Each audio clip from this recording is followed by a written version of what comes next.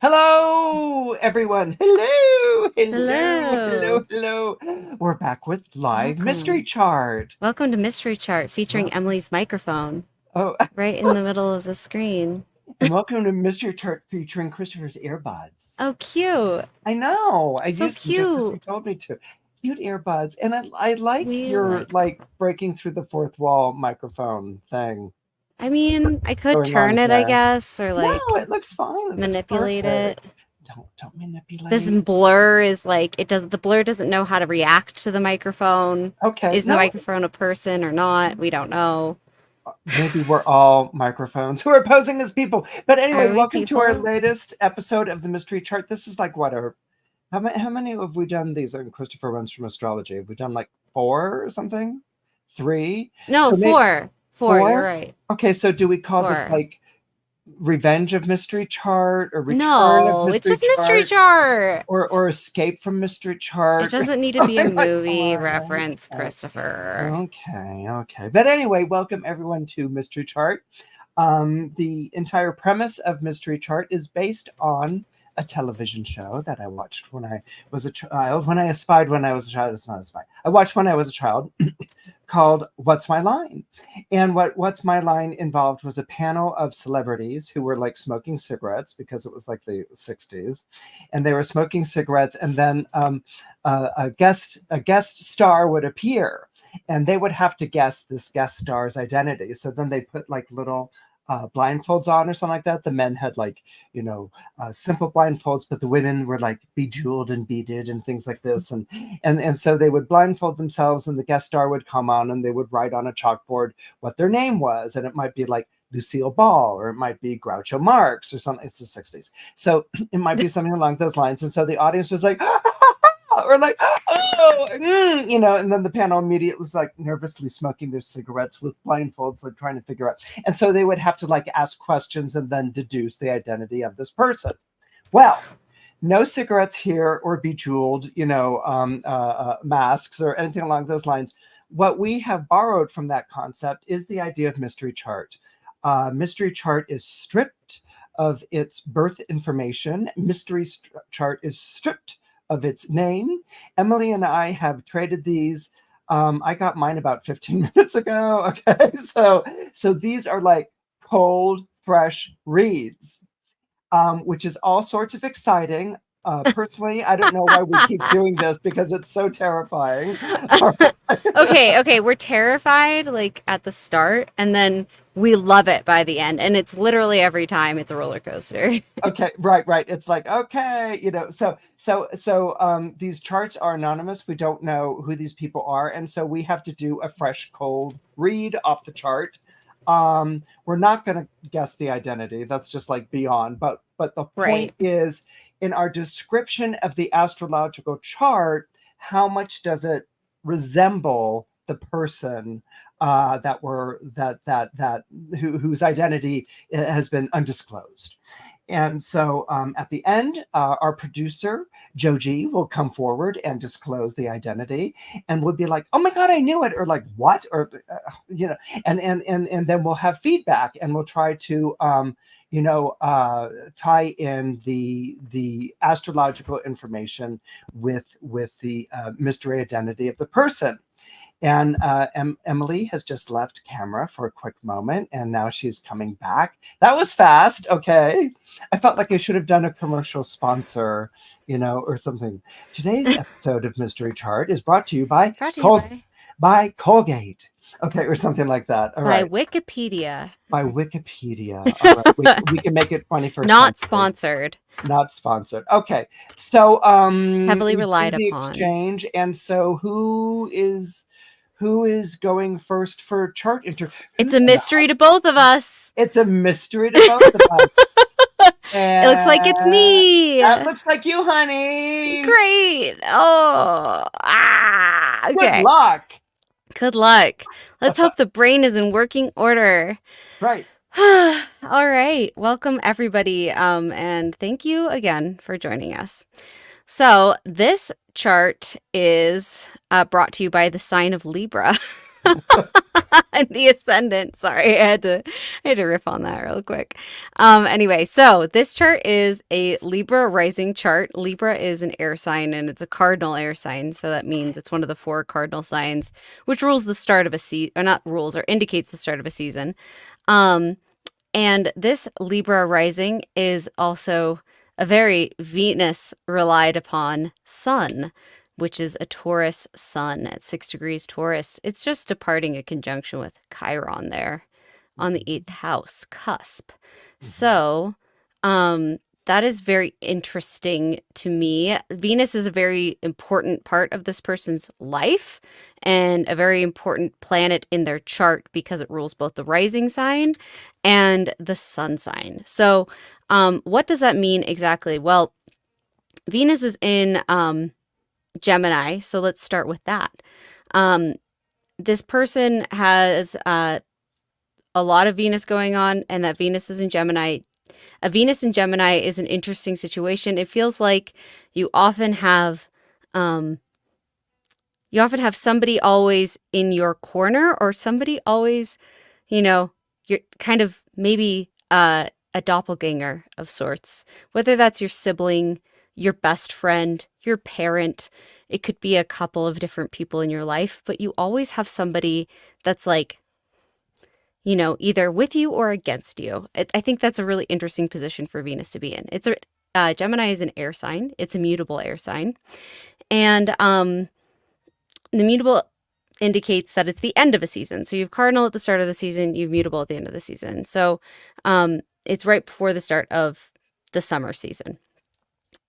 Gemini rules siblings and sibling-like relationships. Like I said, could be your best friend, your long-lost twin, your parent, your neighbor down the street, who you just happen to always play off of like they're your sibling. But early childhood and sibling-like relationships are very important to this person and their life.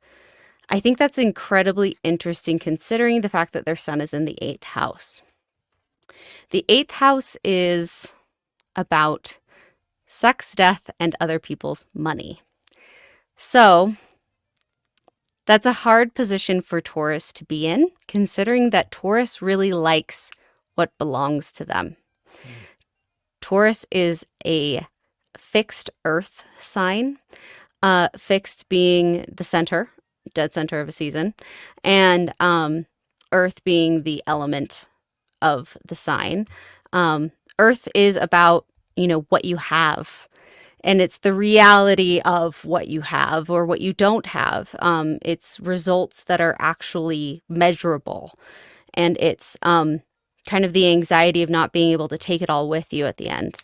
So that's really kind of the synopsis of Earth. But fixed Earth is particularly sensitive to the fact that things aren't permanent.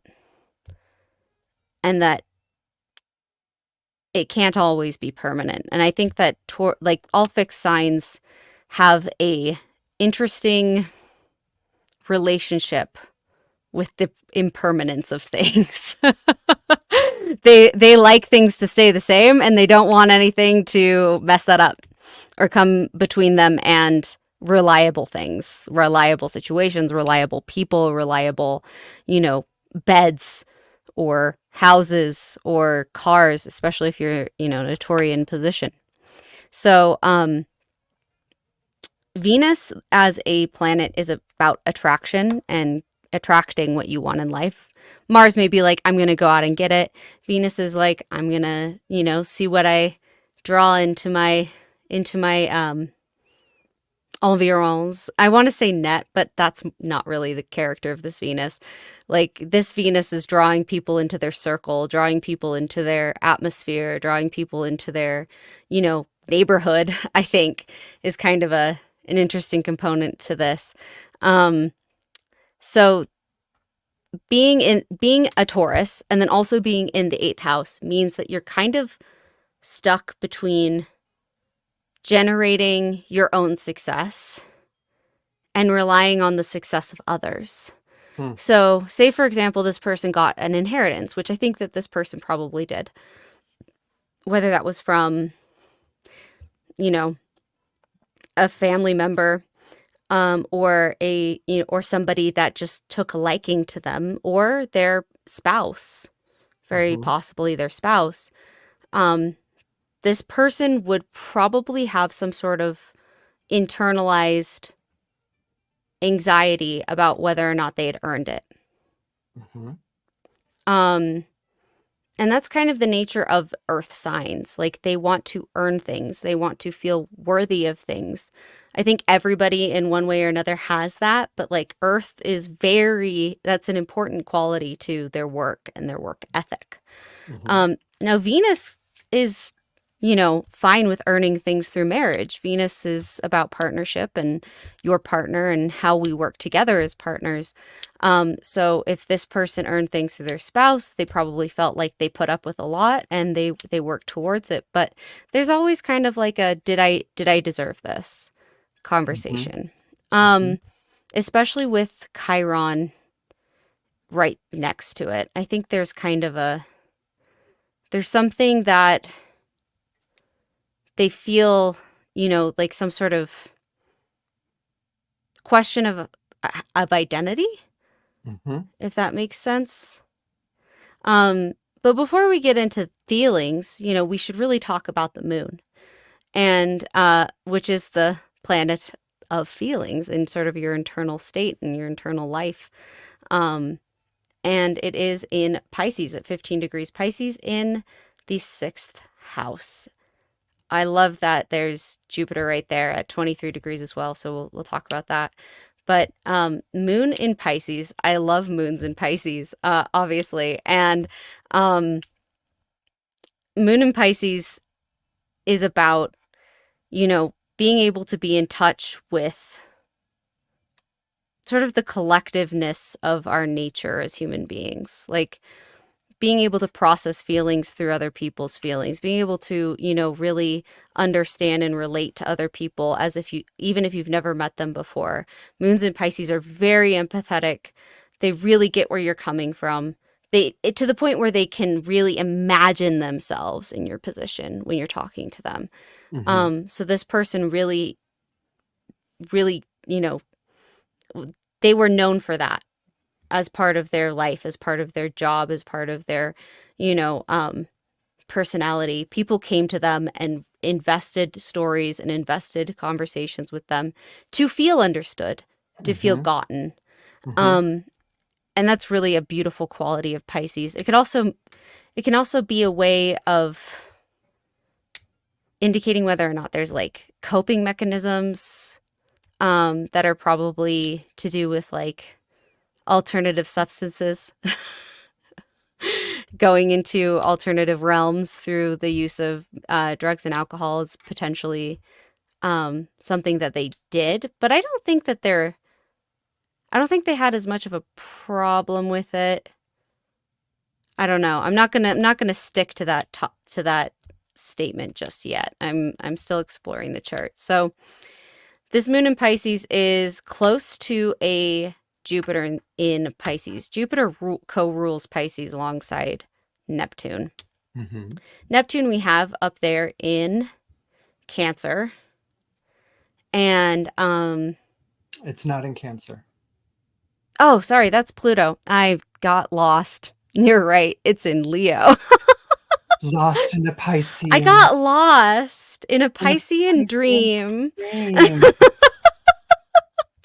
Actually, it's so funny that Pisces has come up. So there's some Pisces elements of the chart that I gave you, but there's this Pisces element here as well. Whenever we do this, we're always surprised, but we shouldn't be surprised anymore at this point. Like that our charts have so many similarities because we always seem to pick similar stuff. I don't know, but anyway, I was watching this show earlier today, and I promise this is relevant, about sailors trapped in the Arctic, and they and one of them said when you are at sea, you take faith in the collectiveness of humankind, and I thought that was the most Piscean thing I'd ever heard in my life. From sailors trapped in the Arctic. Yeah, from sailors that aren't sailing in the water. They're sailing on ice. Oh, So, they're ice like they're sailors? stuck. They're stuck, Oh, they're stuck. trapped in the Okay. ice. The ship is trapped, encased in ice. And what was that comment again? The When you're comment at sea, was, you're when you're at sea, you take faith in the collectiveness of humankind. okay. And And what happens when you're frozen in ice? you still take faith in the Oh, collectiveness of humankind. That was the point. okay. Like you have to take faith in like this in your other sailors. You take faith in the experience of the ocean. You take faith in, that you're going to make it back home safely. And so there's, you know, a very there's a strong sense of belief that drives people with strong Pisces forward. Mhm. There's a faith that things will be a certain way. There's a faith in an image or an ideal of what their fate or destiny is. And that is like, it's like a winch that pulls them forward in their life. And this person definitely has strong Pisces, not just because one of the co-rulers of Pisces is in Pisces, Jupiter in this case, but because Neptune is in Leo, which is ruled by the sun. So it all kind of comes back to who they are, who they know themselves to be. And they let that, like, they just let that be their guide, their guiding light I wanna hear that quote one more time, please. Faith in the collective. in the collectiveness of in the collective, yeah, the collectiveness of humankind, I think, Okay, good. which is Just wa really, really great, right? I loved Right. that. It's a very appropriate phrase, actually. Right. And my Pisces partner said, Lee, what works for me best is when I just follow my feet. And Pisces is actually the ruler of the feet. So that's, a really good, like, just following your feet, trusting in the process, trusting in the faith of things. That's tough for Taurus. Taurus wants a plan. Earth signs love a plan. But Mhm. everything seems to work out when they trust and believe in themselves and have this faith that Mhm. pulls them forward. I think that's like such a poignant image, and I just sort of want to jump to the top of the chart to Mhm. discuss it, because the top of the chart is something that we associate with drawing us forward in life. And Mhm. I mean, Mars at the top of the chart is it. It's like exactly conjunct the midheaven in Mhm. Cancer, like essentially like an arrow springing forth. Now, Mars in Cancer is in detriment, detriment, Fall. fall. Shh. 'Cause it's exalted in It's Capricorn. fall. It's You were exalted in almost Capricorn. I you were was almost almost there. there. You're I was almost almost there. there. Wrong, didn't he? I know, It's but you in know what? fall. I was able to help because you had faith in the I collective, had faith. in the collectiveness of humankind. Faith. Faith. All Okay, right. faith, Faith. hope, and charity. Faith, hope, and charity, Emilie. And grace. And Um, so the Mars at the top of the chart, mhm, springing forward. However, it is in fall. So mhm, what this person needs in order to achieve what they want, or how they get what they want in life, is mhm, a strong family, mhm, very strong family. So this person comes from a strong family, they married well, they have strong connections and relationships that they rely on, and they always trust in that. And mhm, they fall back on it like it's a safety net. Um, this is because Mars is in Cancer. There's also Pluto there in Cancer, two very strong planets at the top of the chart. mhm, Um, really bringing the energy all the way up there. mhm, And I feel like there's, because there's all this water in the chart, this sense of spirituality, this sense of faith is so important to this person. mhm, Um, almost exactly, it's not exact, but opposite the Venus in Gemini is Saturn in Sagittarius, mhm, which makes me believe that there's some sort of early life crisis mhm, that solidified their beliefs. Mhm. I'm not sure yet what that is. We may need to come back to it. But something happened, like I'm not sure exactly what, but it really brought them to a strong like philosophy, the certitude that things work out, the certitude that the certitude, is that a word? I don't know, but it Certain, sounds I great. think I mean certainty, Certainty, I know, but certainty. certitude sounds intriguing. Certitude, it's all made up. You know, I'm an air sign, I'll just make up words. Um, And we'll believe you. and I'll just roll with it. So Certainty, the I'm the more cer- certain about I'm certainty. more I'm more certain about certainty as Right. well. So the certainty that things work out, the certainty that with enough faith and family and connection, that their life will be exactly how they mean for it to be. But what does that mean? I'm not exactly, just to be completely honest, not exactly sure yet. Is this person? I'm not sure if this person's in the mob. I mean, let's find a timeline first before we go into that. So the last time, um, let's see. So Uranus is in Aries, which means this person is likely born over 100 years ago. Mm-hmm.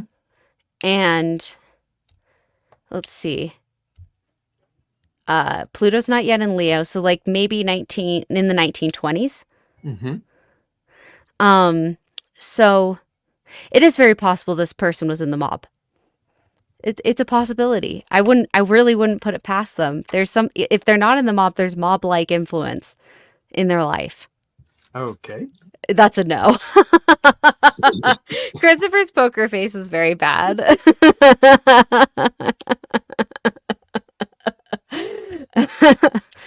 I think what I mean when I say that is like,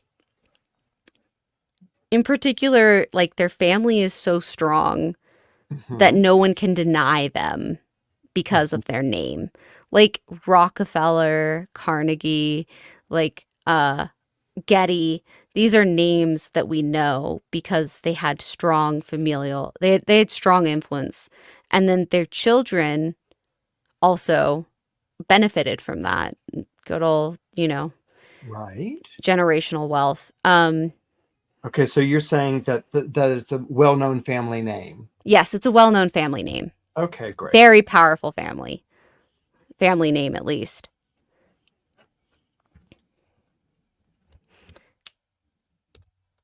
Do you have any questions for me Yeah, about the chart? I know yeah, we're I almost at do. time and I don't want to go I over. know you and the we're at time, right? Okay. We're at So time, right? you're doing beautifully, Oh, by the way. good. Okay. Which is why I sort of like want you to continue because I don't want you to be like, okay, Okay. I'm in uncharted territory. You're doing really, really beautifully. Okay. I am going to ask two things. Okay. Okay. What zodiac sign is this person? They're Taurus sun. Good. These are going to be typical questions, Emily. So Yeah. they're not okay. Did I not say that? Right. So the zodiac. No, you did. Okay. It's, Okay. Okay. they're just simple questions because I'm leading you in a direction. Okay. Good. Okay. Okay. Okay. So the person's sun sign is Taurus. okay, and the person's ascendant is Libra. okay. So the Oh. ruling planet of the sun is what again? Venus. Okay, and the ruling planet of the ascendant. Let's take that as is what? Venus. Okay, good.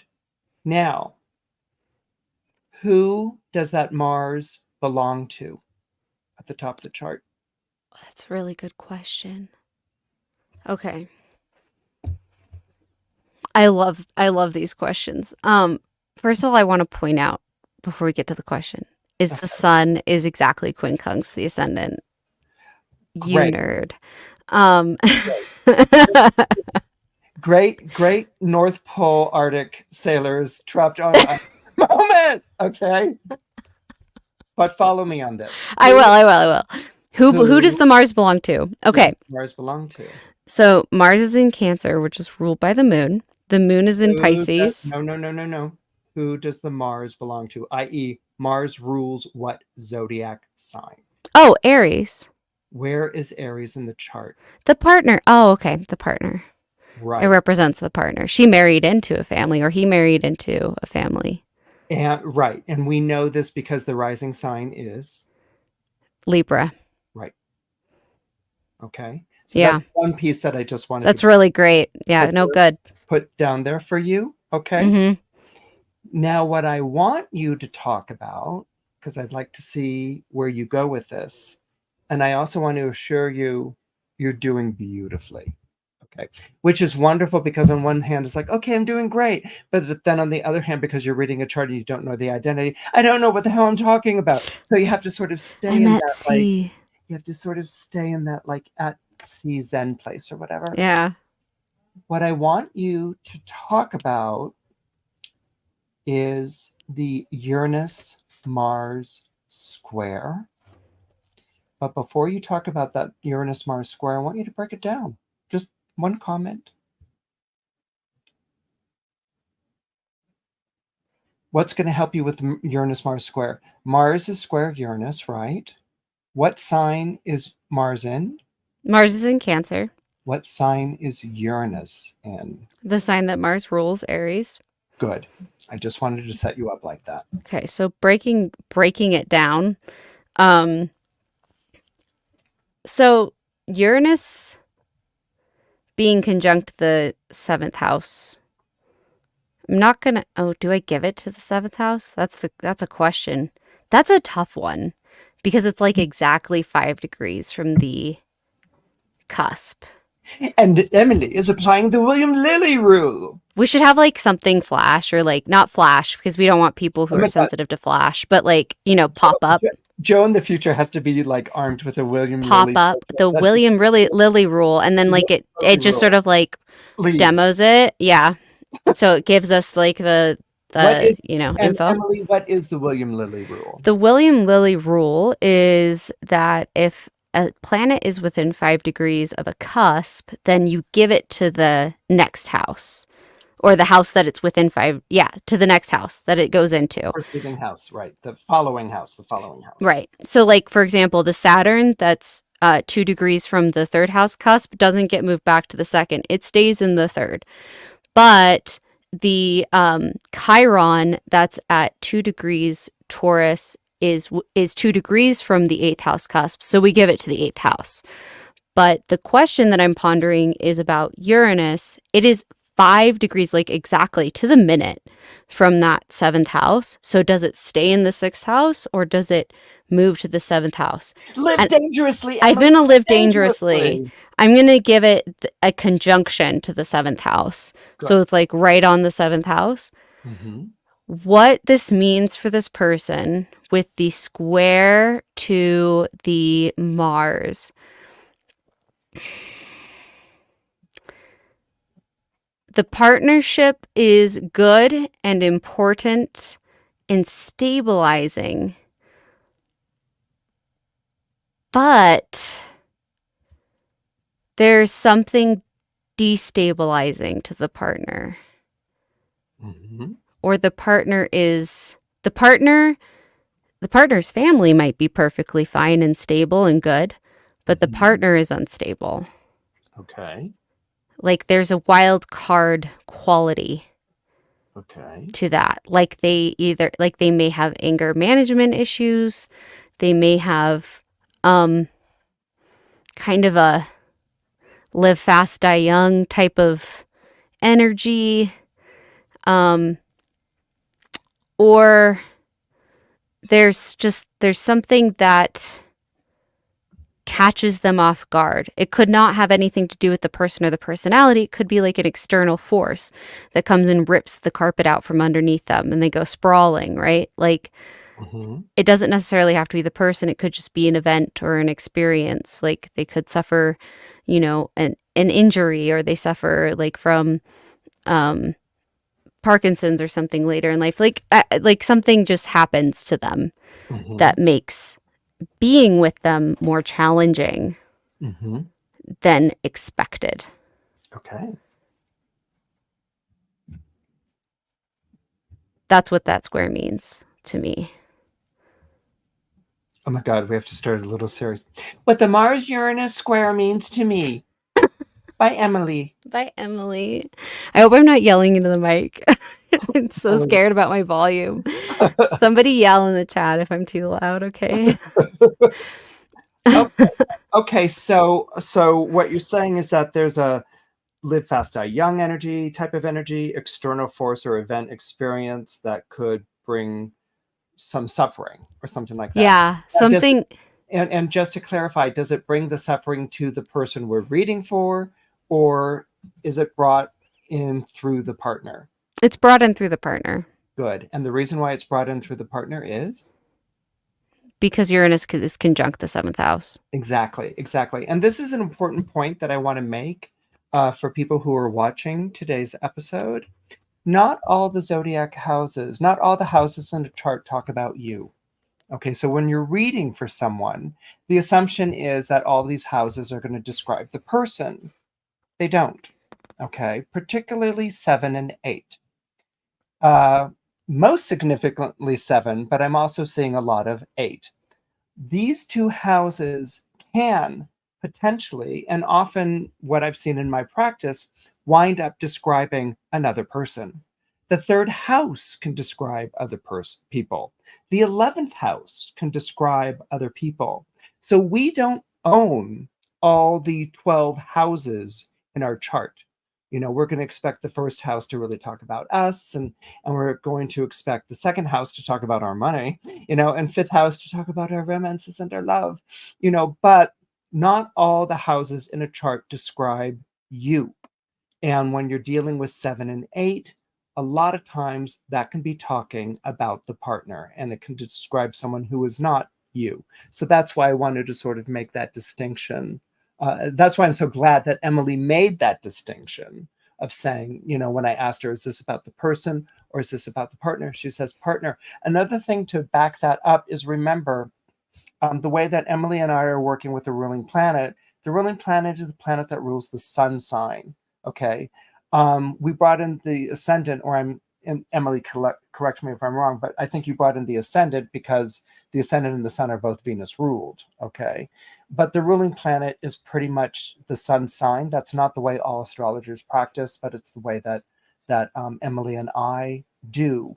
What's important about that is asking yourself in situations like this, who owns the planet, or who does the planet own? Venus is the ruler of the person we are reading for. Mars at the top of the chart describes the partner. Okay. And that's how you can do distinctions here when you're reading an astrological chart. Oh my God. Emilie, continue. And you're like, with what? Sad astro. Okay. Sad astro. Okay, Emily's going sad, astro, and No, melancholic, I'm looking at kidding. this chart. Well, maybe, maybe not, my dear.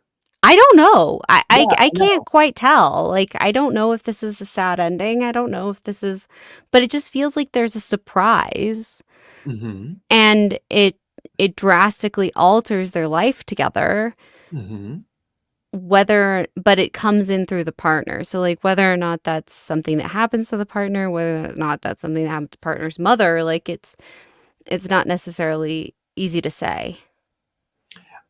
Interesting you should say that, because the partner and the partner's mother both, yeah. Okay, so Well, I mean, it isn't Cancer. It wasn't a stretch to say mother, okay? no, but it's interesting that you should actually make that particular point. Okay, so is there anything else that you want to add? Is there anything you want to add to the Saturn Venus opposition? Although I think you really did a nice job with talking about early life, and that's what you were invoking when Yeah. you were talking about the Saturn.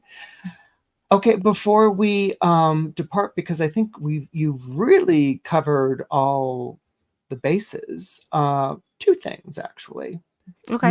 North Node Gemini in the ninth. How take a take Ooh, a take a swing with that. 29 degrees. So,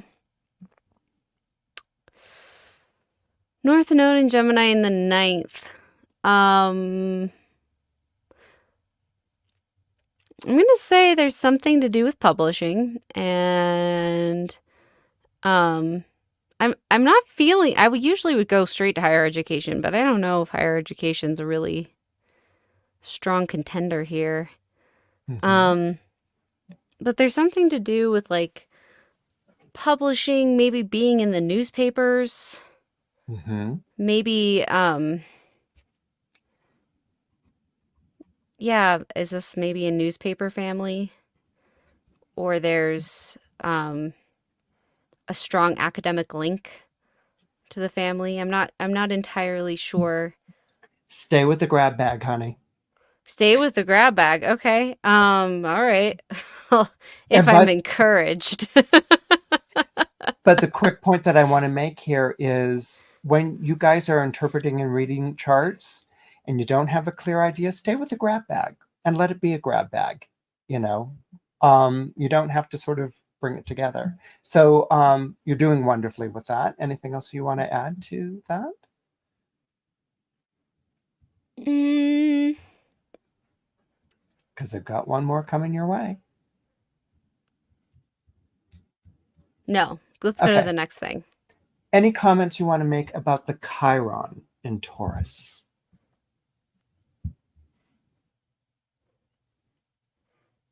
There is something, there's some sort of ache that this Mm-hmm. person experiences that they can't seem to find the cure for. Okay. Not necessarily I mean, body ache, it could be, um, but it's mostly like a thirst or a hunger or a lost, you know,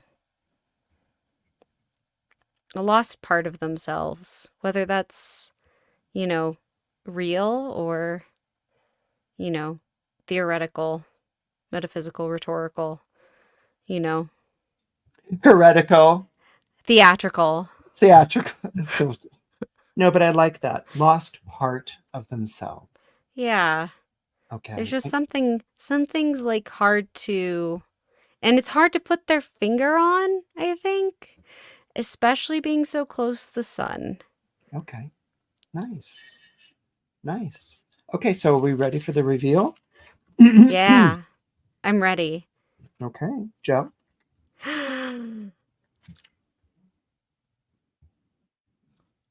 Oh, oh my God. Whoa. Whoa. Yeah, yeah, yeah.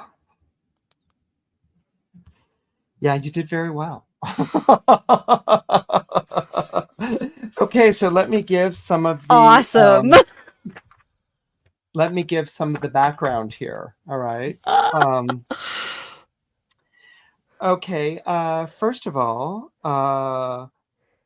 you were talking about that doppelganger, that twin, that partner. We have the Libra rising. You were referencing the ruling planet Venus in Gemini. She and her husband, Martin Luther King Jr., were very much seen as a collaborative partnership, okay, in their time together. And so that was very, very strong. You noted the sun being in the eighth house, the house of sex, death, and other people's money. We know that death played an extraordinary role in her life. What was interesting was the eighth house. The seventh house is the house of partner. The eighth house is the house of partner's resources or monies.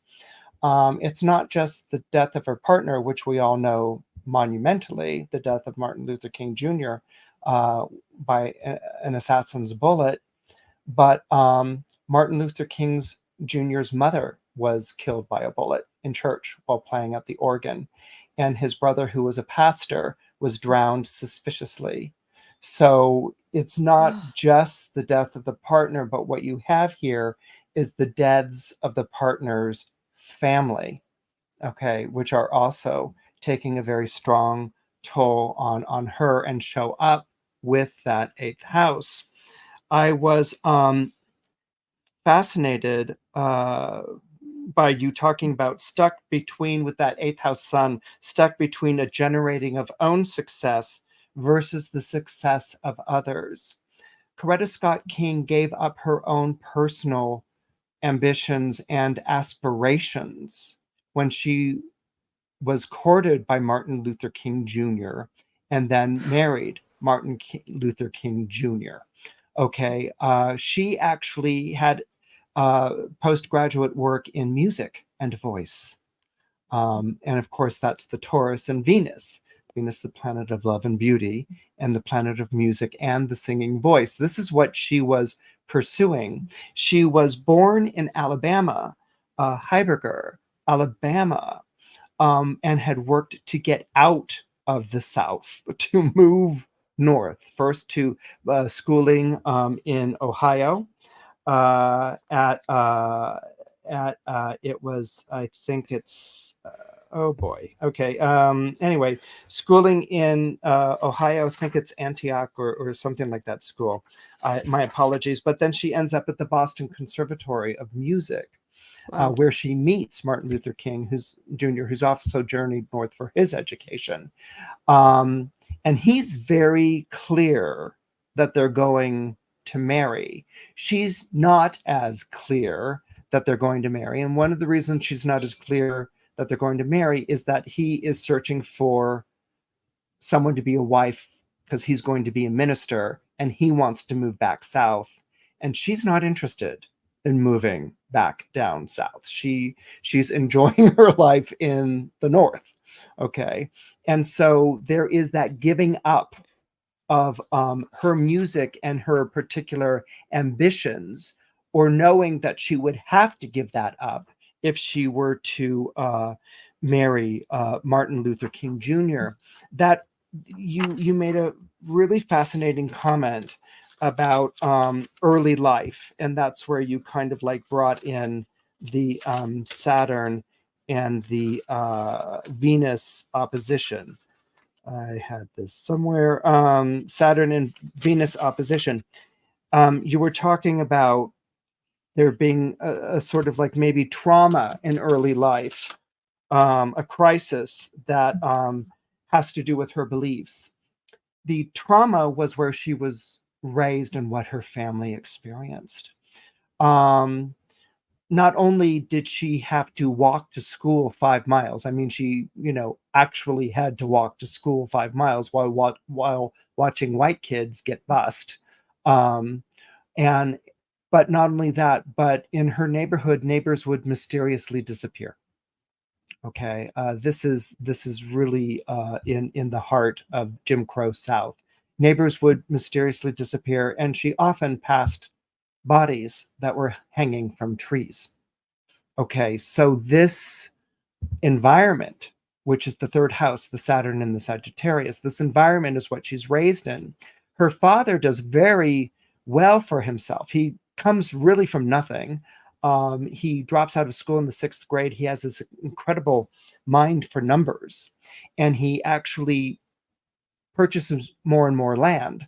And of course, the sun representing the father is in what zodiac sign? It's Taurus, it's an earth sign, and he actually purchases more and more land, and he's doing well. He builds a sawmill, which is firebombed. And so he rebuilds it, but then he also runs a barber company. He drives taxis. He's doing anything to raise the kids and raise them to the best of his ability. Her mother is the daughter of a slave. Um, she also gets an education. Her mother is obsessed with newspapers and magazines. I mean, she's a very, very well-read woman, as much as she could possibly read. So those times were tough. Their house was bombed when she was 15 on Thanksgiving. So we can only begin to imagine the staggering cost that must take upon a young person growing up. And I was intrigued and really, wow, that's great that you had actually elected to work with that Venus, the Venus Saturn opposition utilizing the third house, which is the early environment, okay, which was a hostile and at times violent and frightening environment. She goes north. That's the ninth house to higher education, and she pursues art and music.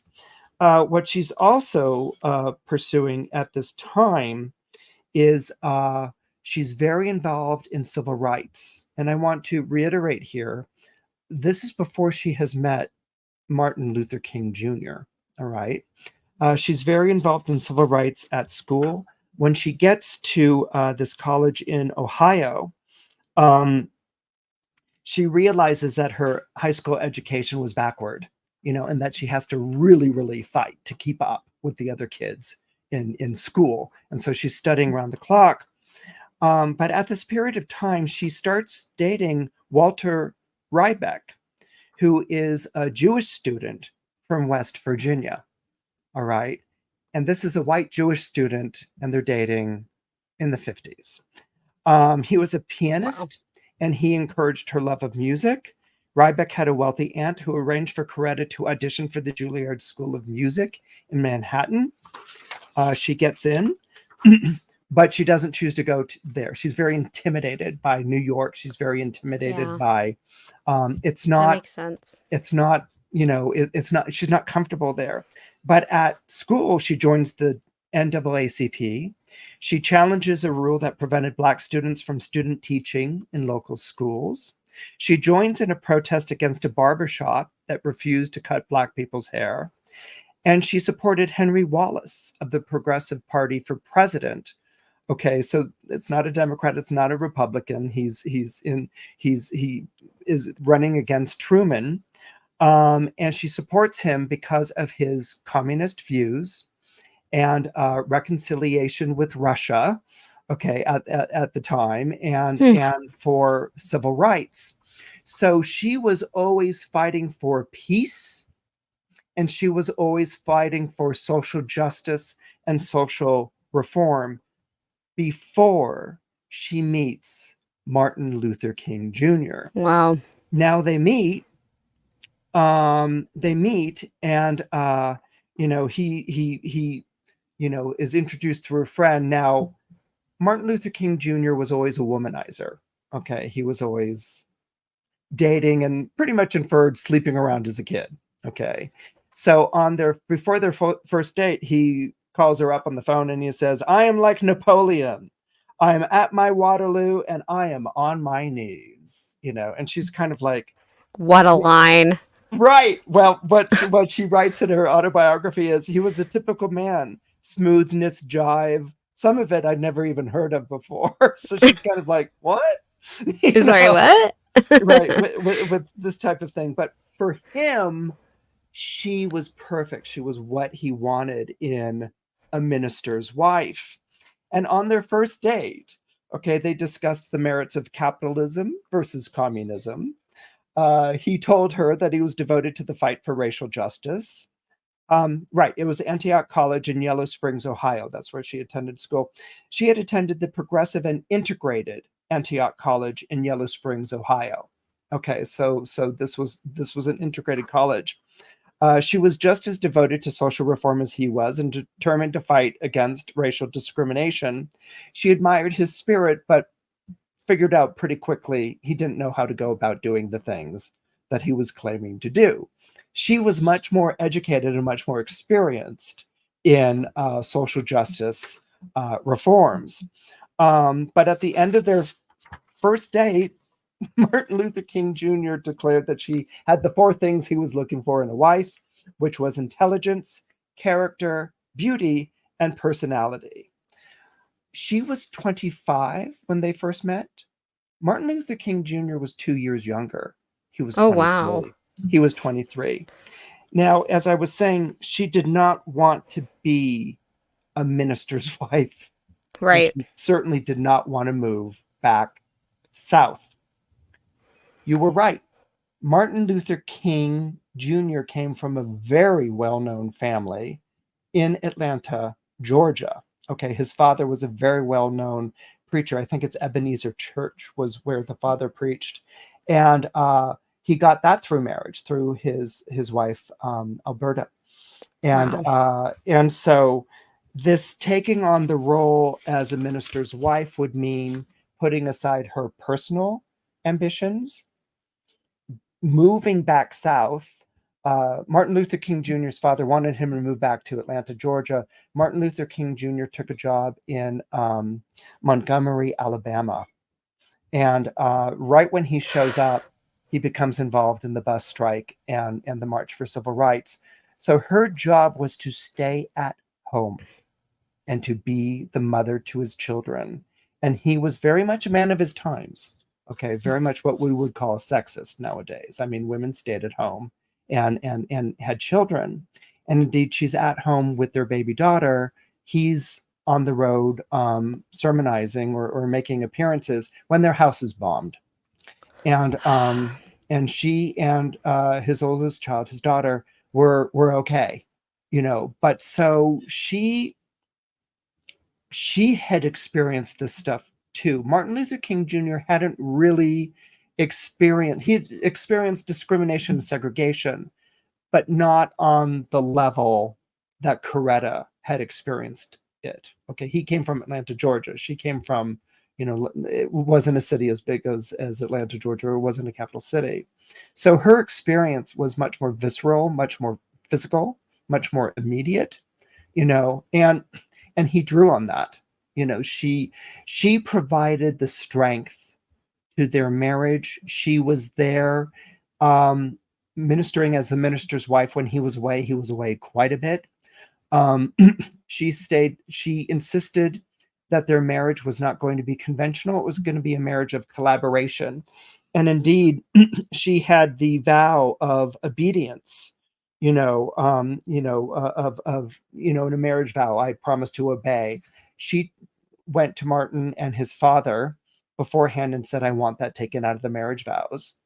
And Martin's father, who could be even more patriarchal than Martin, was like, sure. I mean, she had that kind of strength. She had that kind of presence of character. You know, she didn't say things loudly or whatever, but she had a way of getting things done. When you spoke about, so the strong family is actually Martin Luther King Jr.'s family that she marries into. And she wasn't his first choice. The first woman that he loved but couldn't really marry was a white woman. But he had to break up that relationship in order to marry a black woman because that's what a church would accept. Okay. And she knew that. And so she enters into this collaborative marriage with him. When you say something about inheritance from other spouse, as you know, when he's assassinated, she inherits the mantle of civil rights from Martin Luther King Jr. and she Wow. keeps the name alive. Again, as you were talking about the strong family, Martin Luther King Jr.'s family was very well known. His father was a very famous pastor, and she married well in regard to that. The sense of spirituality, of the sense of faith that you talked about with the Pisces moon and the Jupiter is so important. It very much is. The that what was that lovely line? Certainty that enough faith. No, you had it was the line about the faith in the collective. Oh, collectiveness of humankind. Faith in the collectiveness of humankind. It was a tall order to practice nonviolence, which they modeled off of Gandhi. But nonviolence, as she described it, wasn't based on passivity. Nonviolence was actually very militant in terms of like very martial, in that you're going to take this stance towards nonviolence no matter what is done. You may not know this, but Martin Luther King Jr. himself was stabbed by a woman at a book Wow. signing thing right through the chest, and it could have killed him. He was preaching at the pulpit when a white supremacist got up and he was preaching about nonviolence when a white supremacist got up from his seat, went and beat him up on the pulpit in front of the entire church to see. And the entire church roused and came to their feet. And he said, no, no, no, no, no, no. And he invited the man off the pulpit into the back where they had a discussion. And then he invited the man to go and sit down at his seat and told the parishioners not to harm him. So he was the target of violence several occasions. And Coretta would be like, well, what's the point of it? How did you know that man who came and beat you up at the altar didn't have a gun? And his response was, well, if he had a gun, he would have used it. So and to me, that exchange is so them, you know, um, and his purpose and her following it. And then you were talking about follow my feet. Well, the big thing that Martin Luther King becomes known for when he moved to Montgomery, Alabama, is the bus strike, where Black people won't take the bus. They're on strike. They're boycotting buses, and they had to walk on their feet. They had to walk to work and back to work. So this idea of follow my feet is a very resonant idea. I think everyone probably heard you when you brought up the idea of describing partner, that the partnership is good and stabilizing. And you said, and it was fascinating, you said the partner's family is stable, although the partner is not. And indeed, Martin Luther King Jr.'s his father, his mother, his family that he was raised in is very stable. His father was in anguish that Martin Luther King Jr. was becoming so radicalized. He wanted him to come back to Atlanta, Georgia, and not to do this preaching, and he was.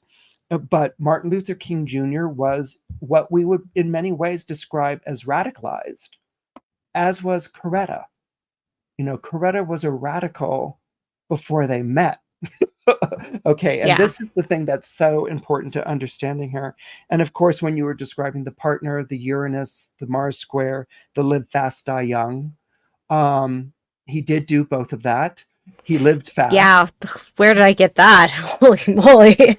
Yeah. Well, I think the thing that we don't always know is that there were preachers in the Black church who had a kind of rock and roll star status. Oh yeah. Yeah. And I think that when you're under that kind of pressure, we turn to things like drink or drugs or sex, to for relief. And he had many liaisons. And Coretta knew about them, but she was committed in that Libra rising fashion to the marriage and to the union, and to keeping it going.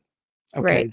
It's almost like he courts her, but she kind of knew that it was a job interview, this marriage. And then So of course, practical. What an earth sign. well, and so yeah, but practical wouldn't have signed on for all those things. No, I agree. Right. But that statement specifically. Yeah. Practical wouldn't have signed on for all those things. And she was the one who was really making decisions about, are we putting our children in danger? Martin Luther King Jr.'s father, after the house was bombed, was like, move back to Atlanta, Georgia. Your house will not be bombed. You cannot put your children in danger. And Martin Luther King Jr. was really, he had a difficult relationship with his dad. His dad could frighten him. And she was the strength of presence that said, no, we're going to stay here. We're going to raise our children here. This is the mission that we've committed our lives to. Yeah. Had she not done that, I don't think he would have had the strength. And so she was literally the Taurus, the rock, for him to lean on. And then, of course, you talked about the external force, the event, the experience, and maybe suffering an injury and associating that to partnership. And that we all know through the famous assassination. To complete this, after his assassination, she takes over really the institutionalizing of his memory and of his work. Okay. So this isn't someone who goes and, lights an eternal flame to commemorate her fallen husband. She institutionalizes the work. She moves the civil rights movement from a movement into an institution. Okay. That's done under her. And by the way, that was a frequent criticism of his, that he didn't really understand how to create a movement.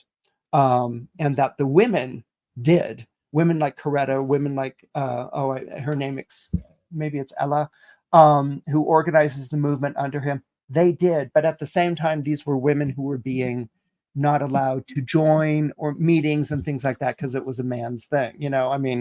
Anyway, I just have to make that note. She eventually becomes internationally recognized, and she, on the international level, pretty much akin to Eleanor Roosevelt, who's a Taurus. She becomes known for standing out for being a peacemaker, for women's rights activist. She stages an anti-apartheid movement and agitates for that. All Wow. along, she is criticizing American capitalism as forcefully as Martin Luther King Jr. did. And something I didn't know until I researched this last part today, she was an early advocate for gay rights in the 1970s. Wow. Yeah. Wow.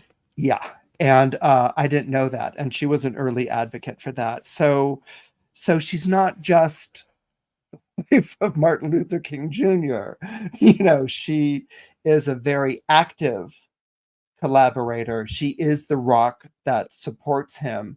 And she is the person who outlives him and really cements the work that he did. And you did an amazing job of reading that chart. Thank you. What can I say? What an amazing woman. What an amazing woman. That's awesome. What an honor. Yeah. Really incredible. Really Okay. amazing. Cool. And honey, you did great. Oh, thank you. Yeah. You did great. Okay, so now we're I wasn't sure after Dr. Ruth, And you did notice the Venus and Gemini showing up again. Yeah, right. Well, welcome back to Pisces land. Let's go. I know. Okay, I'm going to take a swig of water. Take a swig of water.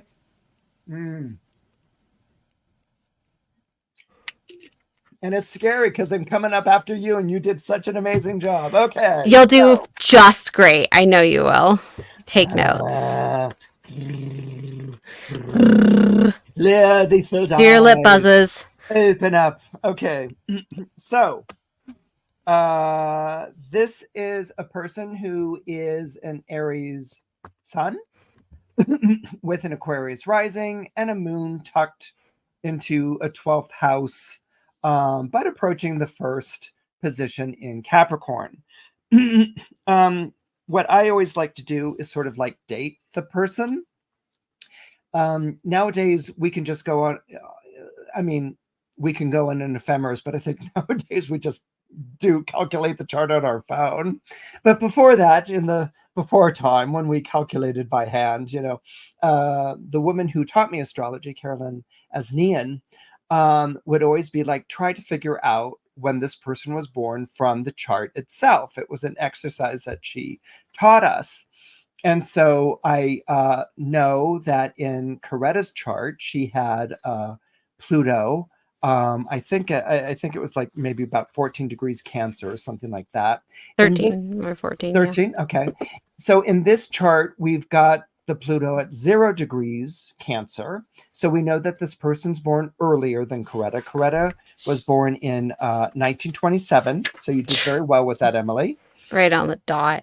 And because Coretta has a Jupiter in Pisces and this person has a Jupiter in Pisces, I'm simply going to attract 12 years. Okay. And I'm going to make a guesstimate that this person's birth was around 1915 or maybe 1916, I would say. So hopefully And she's silent, that little witch. Okay, so that's where I'm going to go with this person's birth. All right, so we have the repetition of the Piscean theme, which is why Emilie was giggling before. Okay, We because don't mean to do it. And an air sign rising.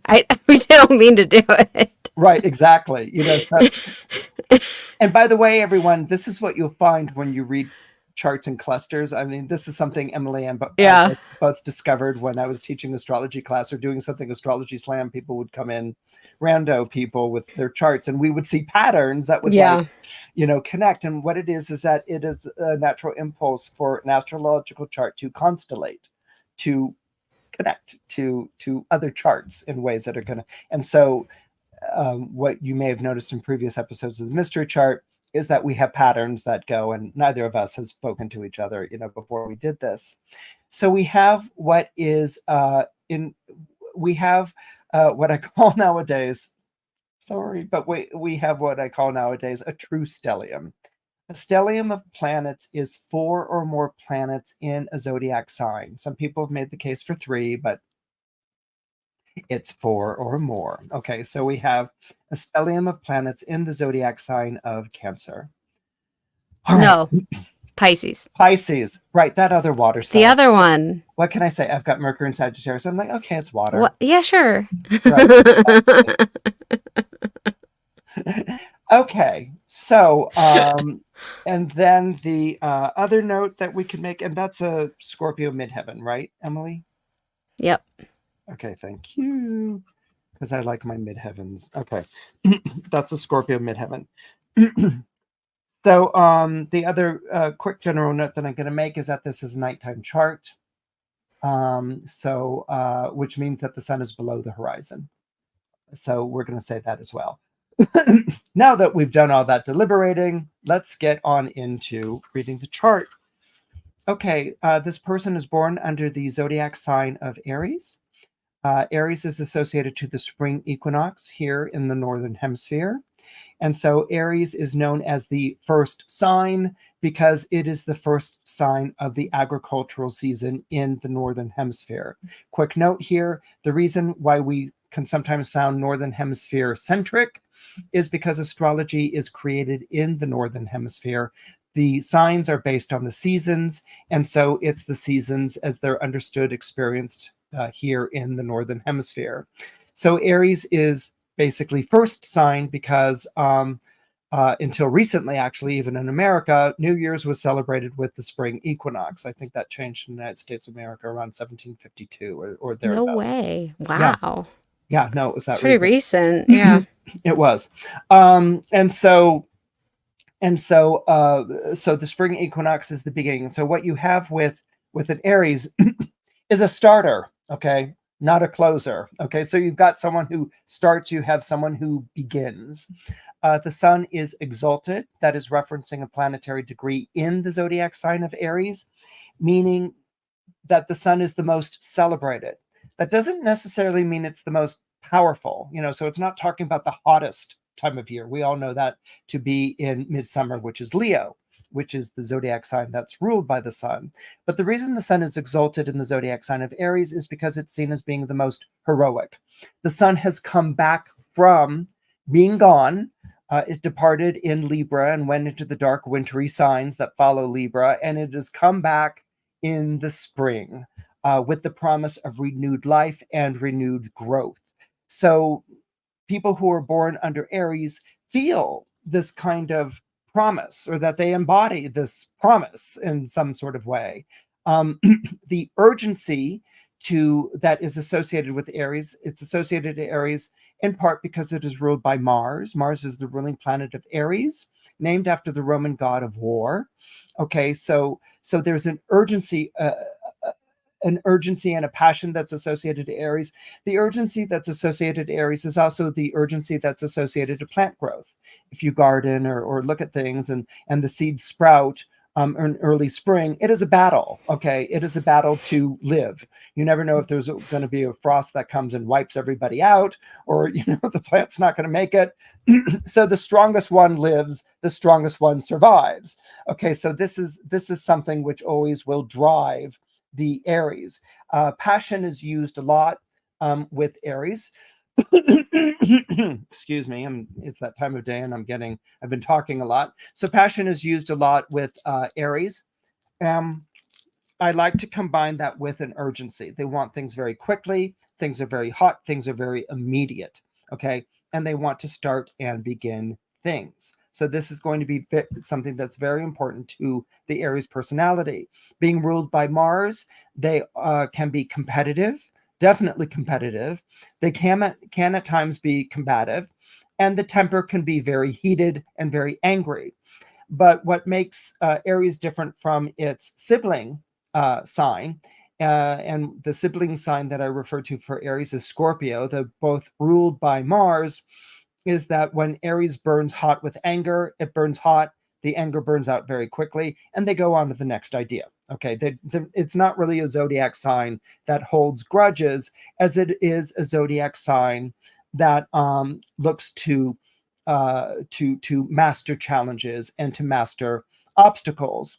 Mastering a challenge or mastering an obstacle for an Aries is not only a way of proving yourself, okay, proving yourself to be able and capable, but it's also a way of, oh, it flew out of my head, proving yourself to be able and capable, but mastering obstacles also makes you tough. It makes you a tougher thing. Oh, and it also plays into the quality I was trying to get to originally, which is self-improvement. Self-improvement is almost like a cardinal virtue of an Aries. Okay, and so we see that the sun is at 16 degrees Aries, and the fourth house cusp is, oh, that's way, okay, no, sorry. Okay, so I think this is these charts. Okay, so Emilie, that is a second house sun in Aries. Yes. Thank Yeah. you. Thank you. Yeah. I'm used to old There's school like rock. big these are big like houses too. Okay, so these are big intercepted signs, meaning that the person was probably Do we born. have some interceptions? I don't Yeah, think we have an house. interception. We They're don't just have. some weird. They're just some weird like They're just some weird ass Placidus they're just houses. some weird Placidus houses going on. Okay. They're just vibing. Okay, so this person's sun shows up in the third house. Am I correct with that? Yes, correct. Okay, so the sibling, perhaps this person has a sibling. The sibling's going to be very important. This person's early life is going to be very important. Third house can the third house is a fascinating house to me. Because it's one of those grab bag houses. It can be like early education, sibling, transactions, buying and selling, newsy, communicative, neighborly, and all these things are thrown into the third house. And they all pretty much apply to the third house. It's a socializing house. Okay, and so the fire signs don't always socialize well. Okay, because fire is, and the fire signs are Aries, Leo, and Sagittarius. They're very me and what I have to say and my opinion and talking louder than you. Okay, and so that idea of like socializing, working in a group, getting along with other people, using the words, the exchanges of please and thank you. Okay, these are more air sign qualities. Okay, and the air signs, of course, are Gemini, Libra, and Aquarius. What we have here is the sun showing up in the third house. So getting along in a group is going to be an important idea for this person. Okay.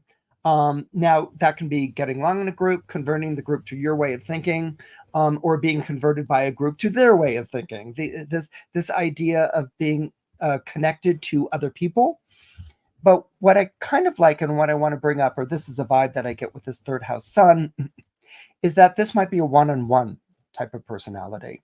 Someone who interviews or exchanges information or buys and sells more on a one-on-one basis. not necessarily out in the group right away.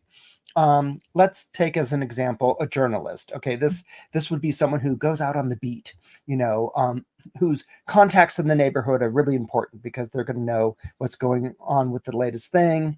So they have contacts and they interview people and they hide sources and things like that. And people want to talk to this person because they're very neighborly, or this person can help them, or this person's just like, hey dude, or hey lady, how things going? This person is very easygoing, very likable.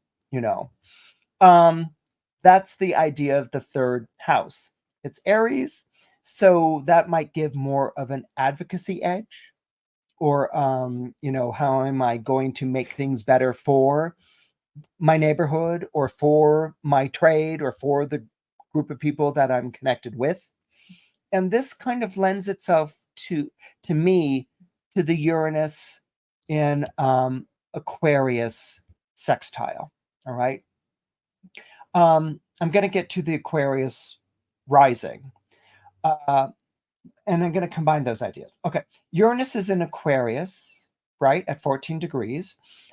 Uranus is the modern ruler of Aquarius, meaning that it shares custody with Saturn. Uranus is in Split custody, co-parenting. Co-parenting. Uranus co-parents Aquarius with Saturn. And what's nice to see here is that Saturn is an air sign and Uranus is an air sign. So even though it's not an exact trine, okay, they have a trining energy. They get one another here. Okay. But what I like here is that we have the sun in a departing sextile from Uranus. Departing sextile merely says that the sun is on the other side of the slower moving planet. It's not approaching the conjunction, it's moving away from a conjunction. And so it's the sextile that takes place after a conjunction. You mean trine? No, the sun is in Aries and... Oh, a sun departing sextile. Sorry. I saw the Uranus. My bad. Right. And what that means is that the Uranus in Aquarius is in a supportive position to the sun. Okay. Where Uranus can sometimes, where we know Uranus is the planet of revolution and change, and it can be the planet of sudden upsets. In a supporting sextile, okay, to the sun, those upsets or those sudden changes, those abrupt turnarounds in direction are actually encouraging. Okay, the sun is encouraged by this energy. Okay, so it's not combating a crisis and like, what am I going to do in this crisis? It may be like a crisis provides opportunity. The status quo needs to be rocked, or things need to be changed. And when they are, that provides opportunity for me to do what I do best. Okay. In whatever sort of Aries capacity that has showed up here. So this is a very enlightened or a very enlightening personality. This may be someone who's trying to win people over to a cause, or maybe someone who's pioneering something or introducing a different technique or a different idea. What's going on here is that if the person is indeed advocating for change or something new and different, it's not like, hey, let's storm the Bastille, grab your pitchfork, let's take them. It's going to be like, let's organize, and let's also get people used to this idea. We're not going to steamroll. We're going to get people used to this idea. The idea is to introduce something new, different, and revolutionary that won't shock people, but that might, what's that phrase that used to be in the 90s? Has legs. It's going to be an idea or a notion that takes on momentum or a life of its own, that hopefully people will find appealing in some way. Mm-hmm. Okay.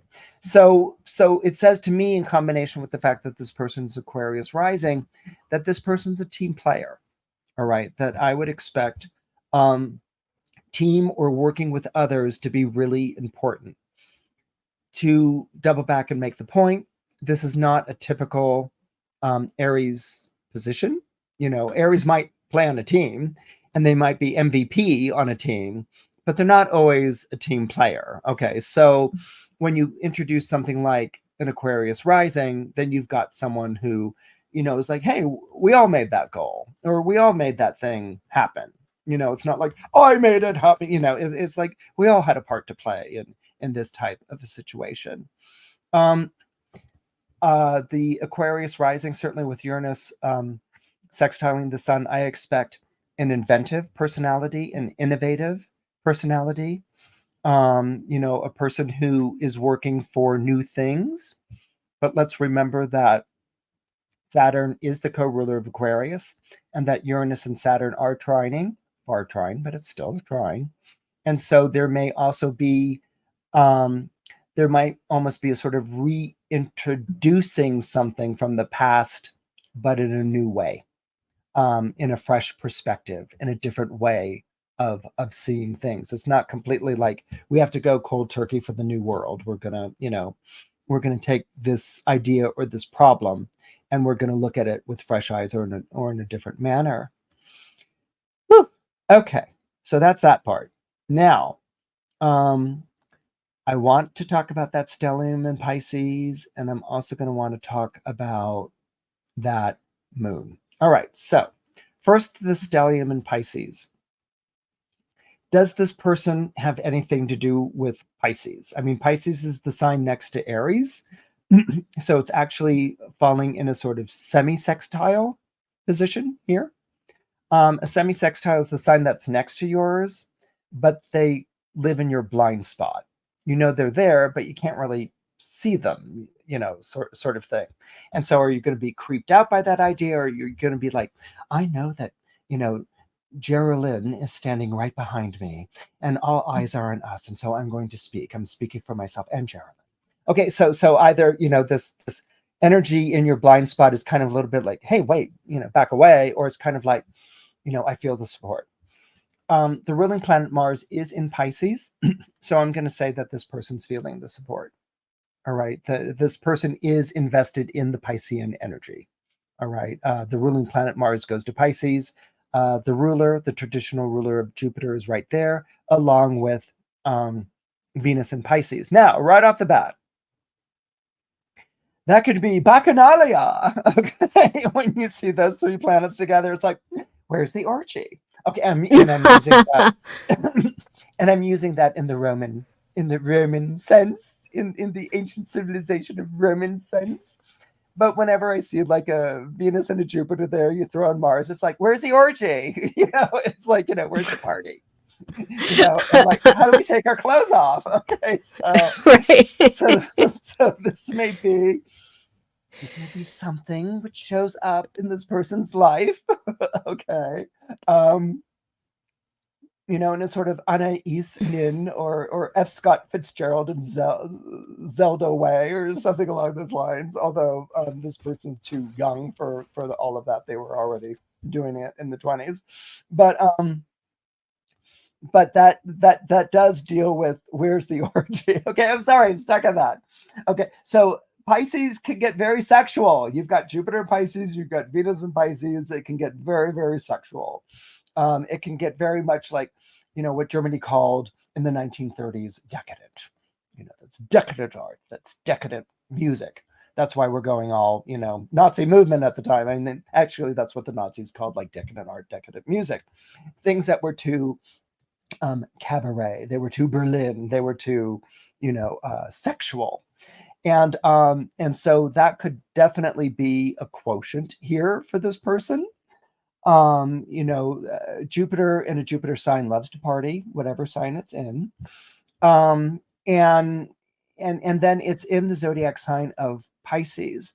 So this gives a very imaginative quality. So this could lend itself to things like music or to poetry or to literature or to writing. It's in the second house. I could very much make a case for Wall Street, believe it or not, or finances, because this kind of Pisces in the second house can be fluidity of finances. So you can get like things like financial speculation. It's not financial management tucked away in a bank somewhere. Okay, it can be like financial speculation or investments, or it could also even be film or movie industry, because we know that Neptune is something that's very much associated to film and movie and music. And this person has a stellium in the zodiac sign of Pisces.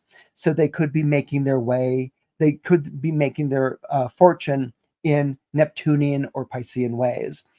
So we can span the gamut from sailors locked in ice, up in the Arctic, okay, because Pisces is a traditional sailor's sign, okay, and we could go into things like film and music. We could also go into philosophy and metaphysics. This would be more of an outsider type of philosophy or metaphysics. It wouldn't be conformist. It would be more outside what the norms are because of Pisces's experience with mysticism. So you have some pretty unconventional energies that are taking place. I mean, whenever you're talking about Aquarius, although Aquarius could switch from conventional to unconventional, when it makes that switch, it's unconventional. So, in other words, an Aquarius can be very unconventional in their lives and suddenly go full on conventional. And that switch is like, wow, I didn't see that coming, And then Pisces can feel like nobody understands me, and I live according to inspiration.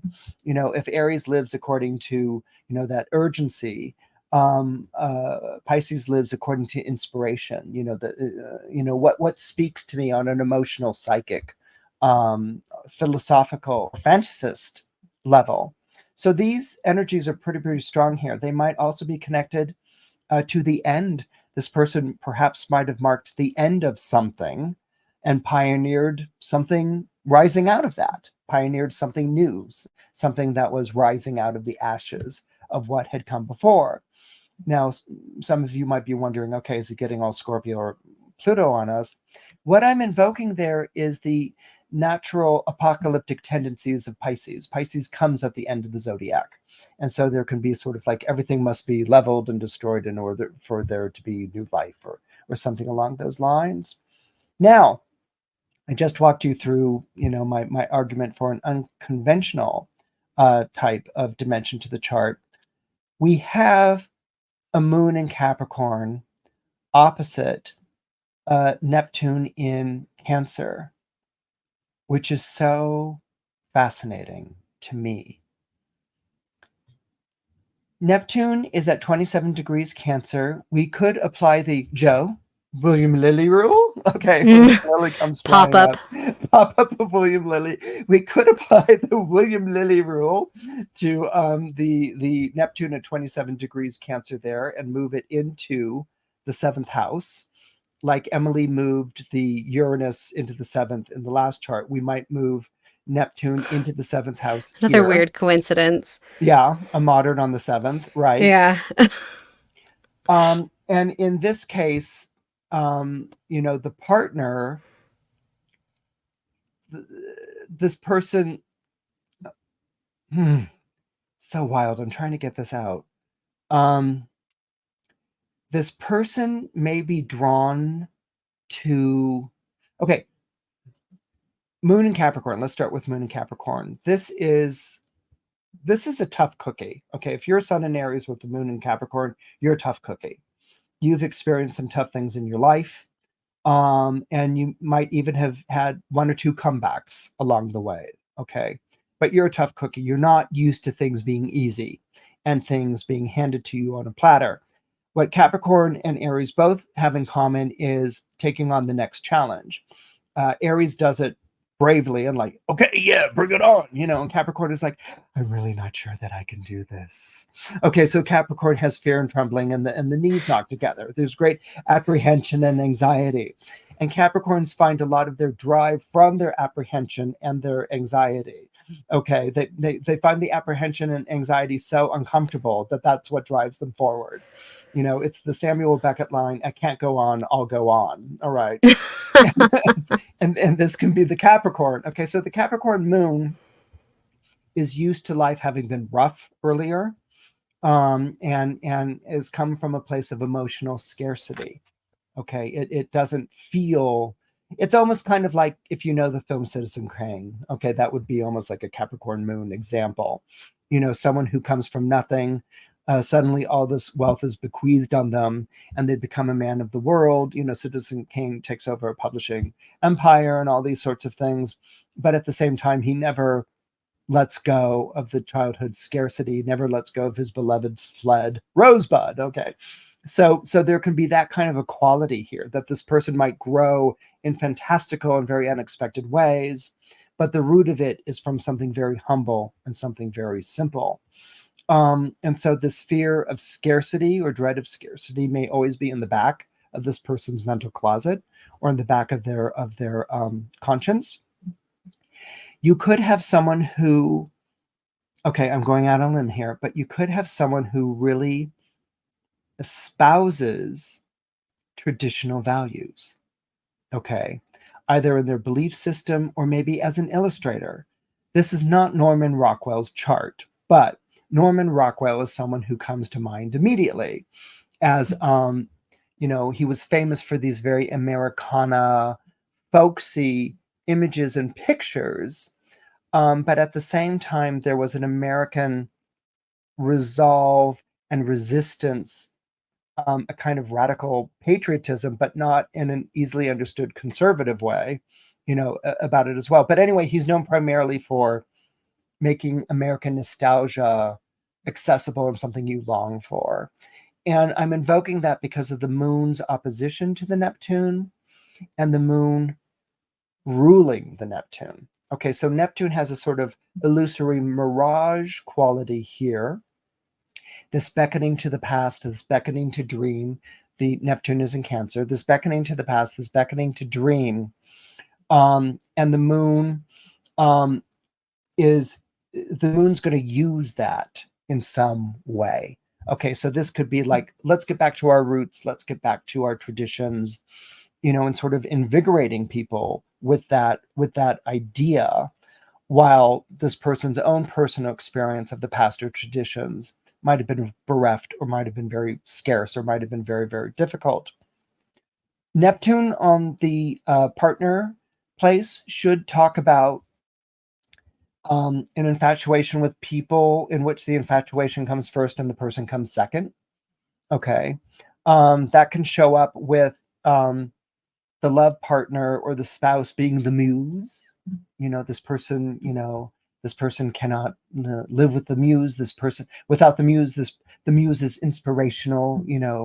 I could not create the silhouette of couture without this muse, something like that. Okay, so they depend upon the muse for inspiration, but the muse may remain in some way unknowable. Okay, maybe it's because there's loss of an early muse, and that's what has inspired this person ever since, like Beatrice to Dante and Dante's comedy, Divine Comedy. Or it could be something in which this person is drawn to muses, but they don't measure up. They don't live up to what this person has internalized. And so by being drawn to muses and being disillusioned, that may actually play into the creative process of this person. Okay, this person might come across as impervious or impossibly dissatisfied. The expectations are so high and astronomical. But and this person might even write or paint or depict or sing about these things, or about my disillusionment and the things that I don't understand. But that Mars in Pisces, being the ruler of Aries, has a tendency towards I fell in love with this idea, I fell in love with this person, I fell in love with this project, but now that I got it, is that all there is? Like all of a sudden realizing when they get close to the thing that they imagined or yearned for, that it's lost its allure, it's lost its appeal. And so, falling in love with and then falling out of love and being disillusioned can become the story of someone's endless cycle, but it could also become the endless inspiration. If there's always someone to craft something on or someone to fall in love with, then the person is always inspired Hmm.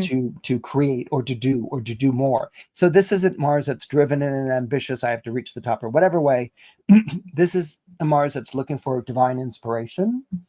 And if someone can't live up to it, maybe they write endless stories about this. They're known for, like, novels in which the heroine or the hero is disillusioned or heartbroken or something like that, and that becomes their cottage industry. I mean, so the continual disillusionment actually plays a role in this person's creativity, and and it could be creativity like song and dance, but with an Aquarius rising, it may be technical creativity or scientific creativity. I've learned to not disregard the importance of science to Aquarius. Aquarius can have a very scientific or even architectural, sensibility. All right. So does this have anything? You're doing great. You're doing great. You're Does doing great. Hey, Emilie, does this have anything to do with Mickey Mouse? Yes, everything. No. Tell me about mom. Mm.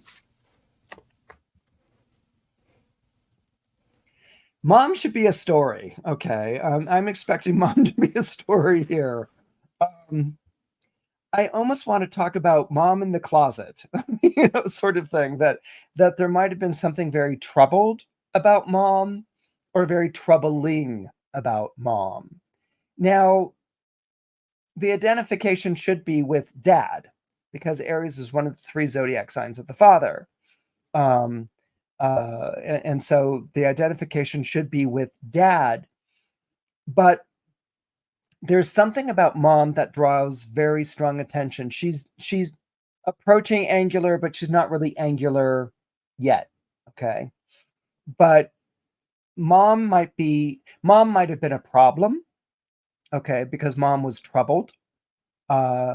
We do have her applying towards the first house, but the 12th house is pretty well known for, and this is the question that I will always ask if I see a strong 12th house sun or moon, is, was there a history of depression, alcohol, or drug abuse?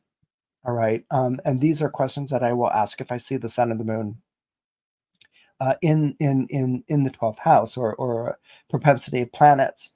So I would want to know, I would wonder if mom was troubled. And then I would wonder if mom was troubling. Okay. This is now, it's not forming a true quincunx to Saturn, the ruler. Okay. I follow the Lin-Bell rule, which is 2 to 3 degrees for a quincunx or a semi-sextile. Although you can get, I don't know, Emilie, quincunx implied. You can get quincunx implied. It's a departing quincunx. No, actually, it's approaching. But anyway, because It's approaching? The moon is the faster moving planet. Oh, valid. Okay. Yeah, but I'm going to go with quincunx implied.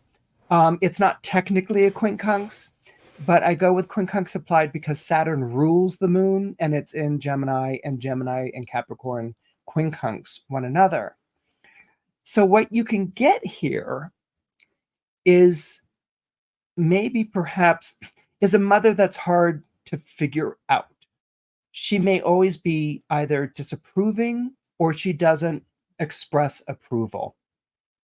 And because of her disapproving, I mean, first of all, if she's not troubled and, a sort of Jane Eyre, first wife, mom in the attic figure, okay, if she's not that, then she may be someone in which he's continually trying to win her approval or recognition, something that she either just doesn't get, okay, or she's incapable of giving.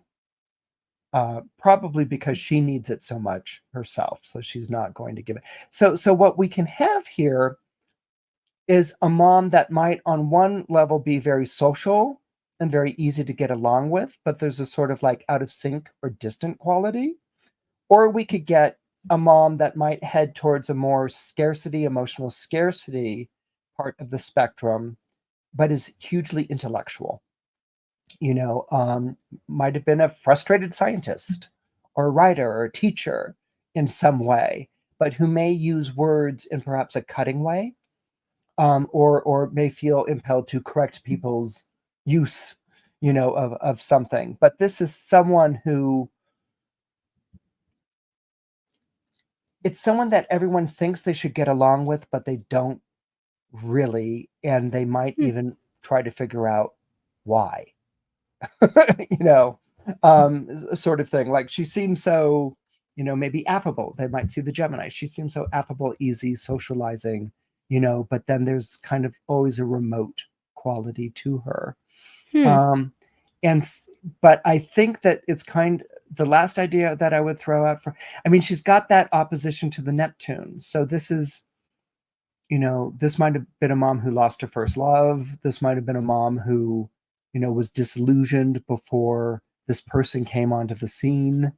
Um, and that might be something that, she's known for but doesn't want to talk about. That could be a Hmm. quincunx implied type of energy. Um, and it's weird. I almost get a captive quality to her, you know, Interesting. that she's a captive animal.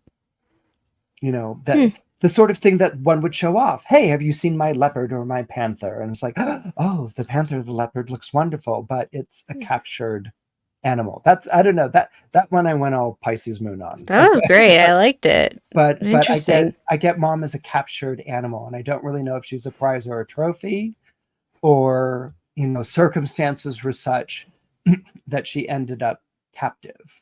But that's the sort of thing that I get. Interesting. Yeah. Okay. Is there Tell me any about dad. you witch? Okay. We have to be equal. I know. Not in all things. So dad, dad, I'm gonna give more of the bacchanalia quality with that because Right, Mars is in Pisces. Mars is It's in hard. It's hard Pisces. to avoid. You can't. Well, not when it's conjunct it's far conjunction to the Jupiter. Okay, so this might have been a wanderlust dad. I mean, dad's going to be dad. I think is maybe Bacchanalia, wanderlust dad, but bad dad driven on by that Uranian restlessness. The mind.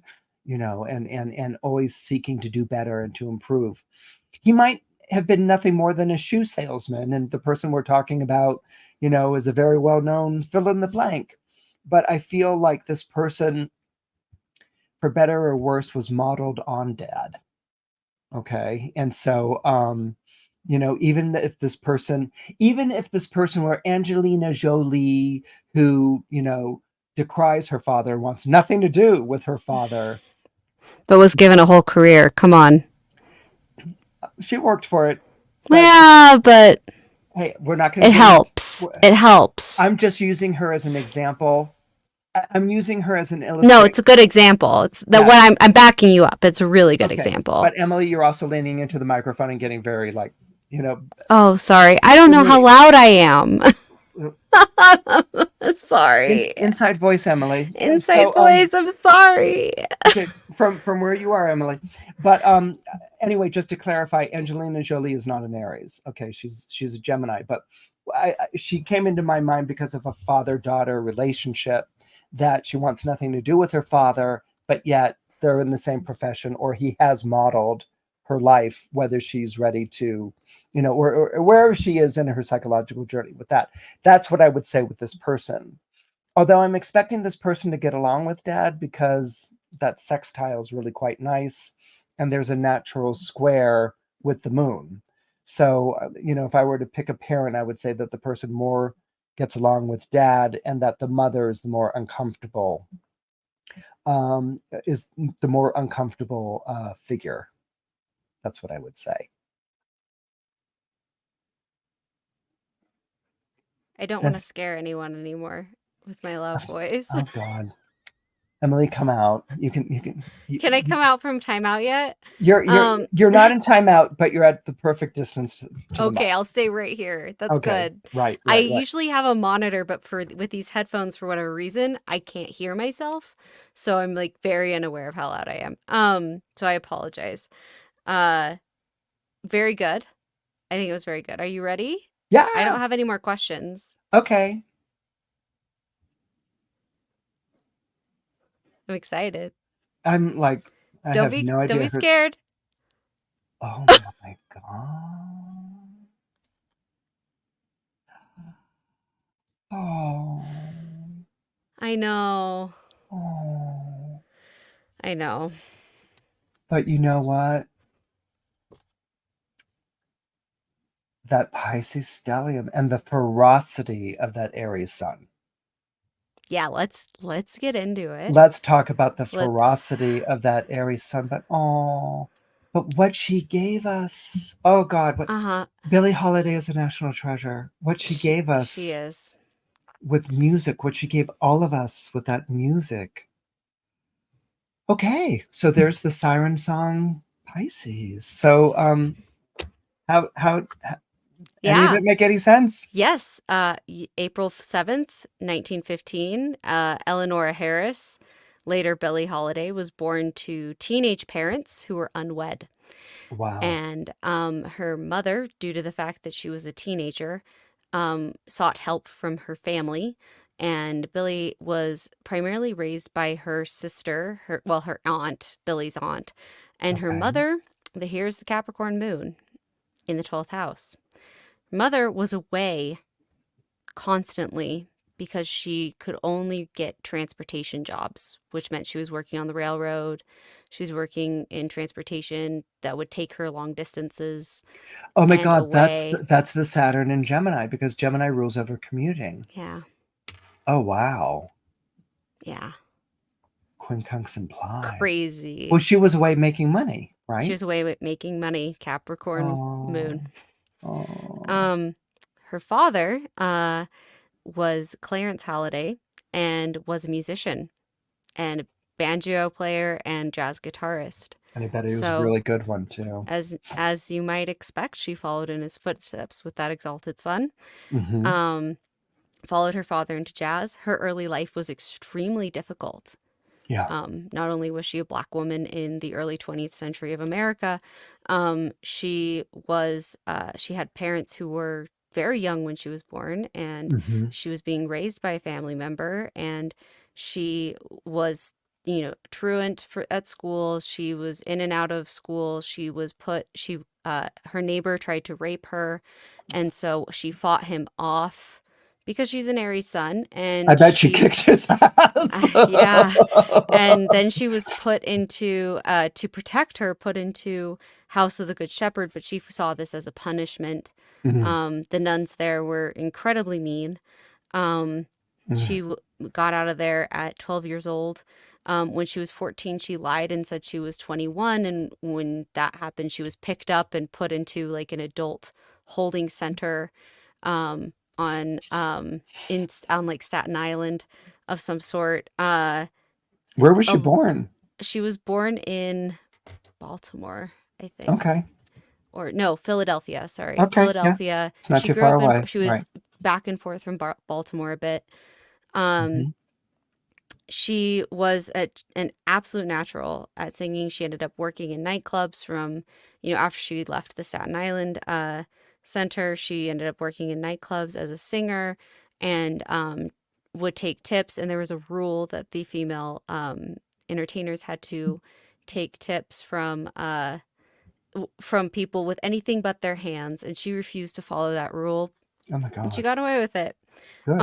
Good for her. And she was incredibly, as you said, she was very likable, but she did have an edge. Hmm. Um, and she struggled with weight fluctuations, but she was discovered uh, based on her ability to improvise. She learned from listening to Louis Armstrong records and Yeah. listening to the way he played his Mm. saxophone. He inspired her to sound like a horn and create basically Mm. the style of jazz. and female jazz vocals that we know and Mm. use today, was her style. Her and Ella Fitzgerald pioneered that. Um, so she was heavily influenced by Armstrong. Maya Angelou, in the documentary I listened to, said she used profanity with the deftness of a figure skater doing a figure eight. Which I Yeah. found great. Like, that's just very like Pisces and Aries combination together. They just do not Hmm. give a flying F what they say. Um, and She she's very, swore like a sailor, she and that's the swore like a stellium in Pisces. sailor. Okay. Yeah, known for her very unique singing style, which I Hmm. really feel like is the strong Aquarian influence in her chart, and the strong Uranian influence in her chart, and a magnetic stage presence. She didn't dance, she didn't do much on stage. She just stood there and she Well, sang, right. which is actually incredible considering what you see like vocalists doing nowadays. Hmm. She literally Right. was just like there and beautiful. So Mm. her father died of pneumonia in 1937 because he could not find a Mm. hospital that would take him due to his race. This was heartbreaking for her. Hmm. She had, and so like any good Capricorn moon, she threw herself into her work to Right. deal with the grief. Right. So after that, she started touring with Count Basie. Um, she would swindle everyone out of their money on the bus, and sometimes the band members had to borrow money back from her in order to buy food. It's that third house. Third house is Yeah, is buying and selling. Third house is I know, it was transactional. Right. so great. Yeah. And so she it was really hard to tour as a black musician at the time. They couldn't stay in hotels. They What could time that is this, Emily? This was What the time? 1937, Okay. Okay. after her father died. Hmm. So um they would, have to find black families to stay with, sleep in cars, sleep on the Yeah. bus, Yeah. diners. It was very, very hard. Hmm. Um, she developed a really strong relationship to the saxophone player Lester Young. He wasn't her lover, but they were just platonic soulmates, is what they Yeah. called each other. Yeah. He's the one who dubbed her Lady Day. Um, Mm. they had a long-term professional musical relationship. Um, and after she stopped touring with Count Basie, she started touring with a white band, Artie Shaw's band. Hmm. Um, and she quit the band went after they went to New York to play, and she was told she had to take the freight elevator, and she couldn't take the same elevator as the other musicians. So, like a good Ah. Aquarius rising Aries sun, she was like, "Okay, see you later." Bye. That's a no. She probably said something a lot more creative than that, but we Well, can leave that to our she knew, like, imaginations. try having the act without me. Bye. Right, see ya. Right. She then started playing at at Cafe Society, which was the first integrated race nightclub in New York City, started by Barney Josephson. Um, Do you know whereabouts, out of curiosity, in New York that was? no. Was it in the Village? Was it in Harlem? We could look it up, but Okay. maybe Well, somebody in the comments can look it up real okay, quick for sure. us. I don't Sure. I don't remember. So the name of Um, it was what again? Cafe Society. Okay. Um, she After she started playing there, she recorded one of her most famous songs called Strange Fruit, which is Yeah. a bit of a. Um, yeah, I wrote Coretta Scott King right next to this because I wanted to reference this as far as the same sort of like willingness to stand up for oneself, willingness to, you know, be out there and make a proclamation and a declaration of something that is radical. This was her radical moment Yeah. of recording Strange Fruit. Her record label would not release it, so she released it Hmm. independently and paid for it herself. Um, and it's regarding the lynchings that were happening in the American South. Yeah.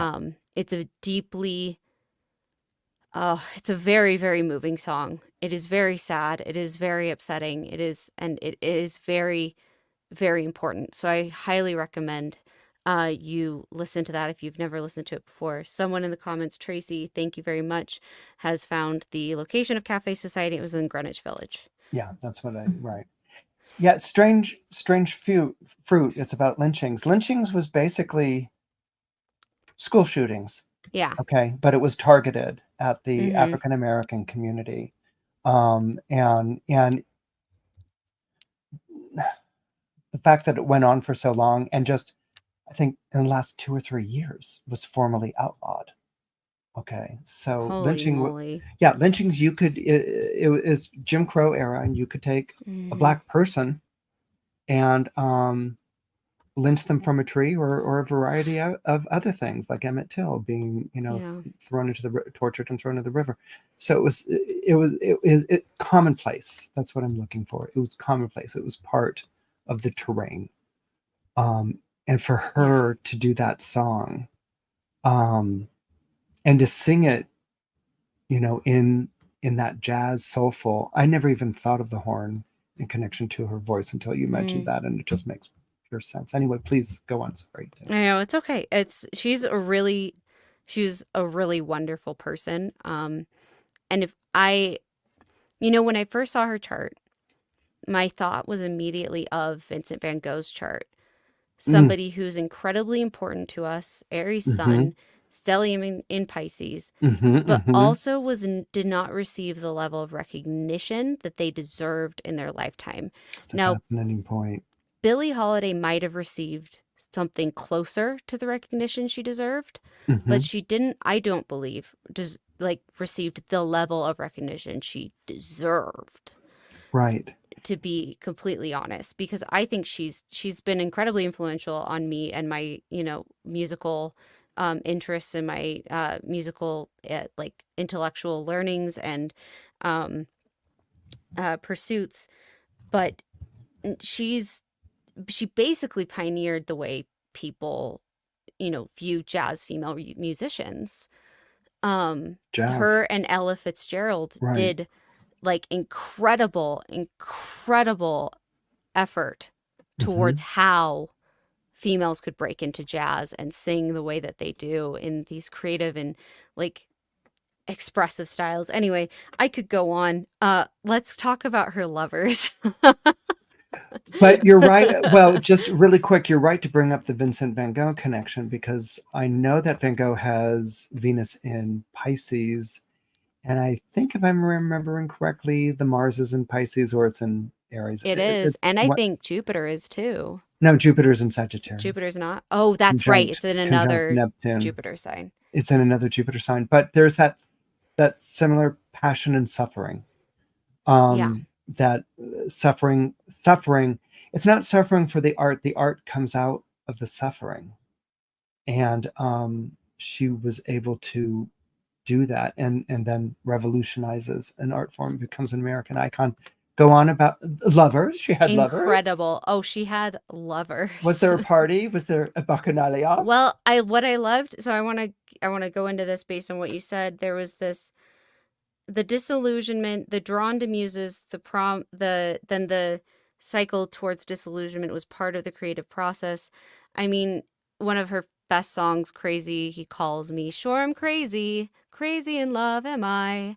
Like there's all of her songs are about love and disillusionment, or like falling in love with love or falling out of love and falling into, different situations about love. And um it's the majority of her repertoire.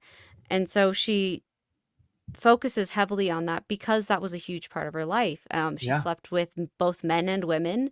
Oh, She I was didn't know that. a Okay. noted lover of Tallulah Bankhead. Oh, When asked if she knew her, she said, "Knew her? I had her." It's just great. that's Um, fantastic. and then but I think addiction really played a huge part in her cycle of lovers, in her last two That's decades. that's the 12th house moon, right? Yeah. So, um, it started a cycle with Jimmy Monroe, where she would, you know, start to source drugs from men, and then those men would become her lovers, and then they'd break up, and then she'd get sober, and then she would find another lover, and then he would begin to source the drugs, and it became this like very, very troublesome cycle that uh, caused her to be arrested for narcotics very frequently. Oh, Her agent was actually from the Al Capone mob. okay. That's why you had mob on the brain That's earlier. why I had Okay. mob on the brain, right? Okay. Um, I know you. uh, I knew that came from somewhere. somewhere, Okay. yeah. Her agent persuaded her to get clean. And she eventually said, "Yeah, sure, let's go," and got into the hospital. But then she had the nurse supplying her the entire Of time, course. of Honey, this course. is someone who was getting the lunch money on the bus from the other musicians, okay? You Right. really don't think that she had the nurse supplying in a place? Absolutely, with that Mercury in the third house. Absolutely. Yeah. Um, so so she started, let's see. She started seeing John Levy, who was both her lover and her unofficial manager. He was the manager of Club Ebony. Mm-hmm. Um, and this began her cycle of dating very abusive men. But this Mm, is an interesting point towards what you were saying, where mm, um, she espouses some traditional beliefs. Now, in her mind at the time, it was just probably something that she accepted, where we fight each other, it gets physical, and then we come back to normal as part of a cyclical relationship. This is right, not me condoning the behavior in any way. right. I think that in some ways, that was what she grew up seeing. And so, because she'd seen that, she thought that that was normal. Hmm. Because there are many stories about how she would also fight back, and there would be a lot of physical altercations between her She's a and Mars ruled her sign lovers. next to She's a Mars Jupiter. rule. Right. Exactly. Um, so she was very known to defend herself in situations, and like any, I think I wrote, like any good Mars ruled son, has no issue returning blows. Um, so she was known to defend herself also against racism and racist remarks or Hmm. acts. Hmm. There's a story about how men put their cigarettes out on her, and so in a bar, and she said, "Would you please step outside with me?" And she beat them up Right. And won. because I she bet on won. her. She's the Mars. So she loved bad boys, and she had a knack for attracting assholes. Is one of the quotes that was said in the documentary. Um, in 1955, she wrote her autobiography, and the lawyers were very concerned I bet. about her autobiography. They were in there picking it apart, making sure she didn't say anything defamatory to herself. Because she wrote her truth, and it was unfortunately at the time a very hard thing for them to publish. Um, Who published it?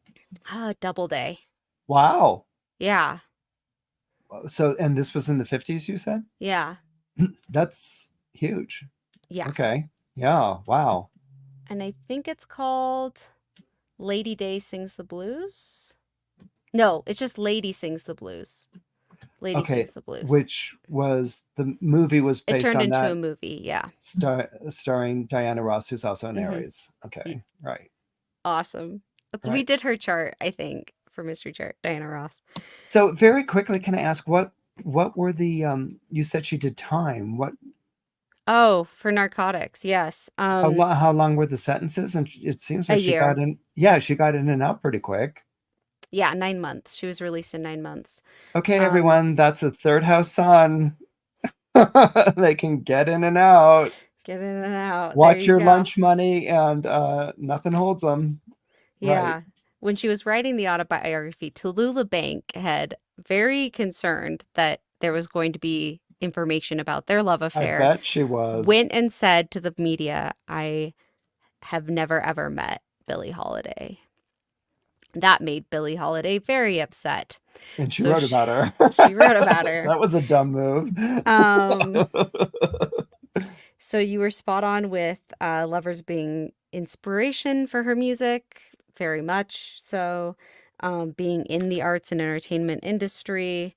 And I think that's all I have. But to kind of finish it out, she died of cirrhosis of the liver at age 44. Well, she died officially of heart failure Hmm. due to cirrhosis of the liver. Yeah. Something that if I may make a quick note here, Jupiter Mars aspects, keep an eye on those. Jupiter Mars aspects I've seen. I, I was raised in an astrologer on an astrology farm. No, when I was learning astrology in my salad days when I was green with Oh. youth, um, Jupiter Mars aspects were, like a square or a conjunction or an opposition, were really portrayed as robust, you know. And there was even kind of a benevolent flavor there, like very robust and very strong. It was a student of mine a few years ago who was actually commenting on her having suffered physical abuse. And it was a Jupiter Mars opposition. So I started really tracking the oppositions, the conjunctions, and the squares. And they can bring that up. Hmm. I was raised Really? more to think that it was like a Saturn Mars square or whatever, but Jupiter Mars conjunctions or squares or oppositions, just keep an eye out for those because I have seen those show up as brutality. So it's not quite this benevolent little way that it's been shown up. Not saying it's an absolute definition, just saying, everything. If you're an astrologer, you're in a lab all your life. You're always experimenting and trying on these ideas. And I would just simply say, look for that in charts and see what shows up. Okay, so is that everything? That's everything. Okay. Oh, honey, now you're in the next room. I'm sorry. Okay, talk in your FM radio voice. This is my FM radio All voice. right. I'm doing my Oh, best you're without my and monitor. It's and you're really succeeding. annoying. You don't need to be monitored, Emily. I do. I'm Anyway, Mars and Sagittarius. I'm a mess. you're a celebrated mess. You're an That's extravagant what a mess. Mars and Sagittarius is. An An extravagant mess. extravagant and celebrated mess. I love Mars and Sagittarius. Me too. Meanwhile, I want to thank all of you for joining us today for the Mystery Chart Live. I hope you found it intriguing Yeah. in some regard, and we so enjoy Thanks for and sticking it value out. you for showing up. And we will be back again next month with another mystery chart. Meanwhile, this Monday, there will be a new episode of Christopher Renstrom Astrology that hits the YouTube channel. So please go ahead and take a look at that. I think we're looking at lunar eclipses and how this upcoming lunar eclipse will impact all 12 signs. But before I go, loving kisses to Emilie, the best co-host, who I adore, and love to all of you for coming on by and watching us and help making Mystery Chart and Christopher Renstrom Astrology with guest host Emilie a thing. Okay, until next time, bye bye. Thank you. Bye.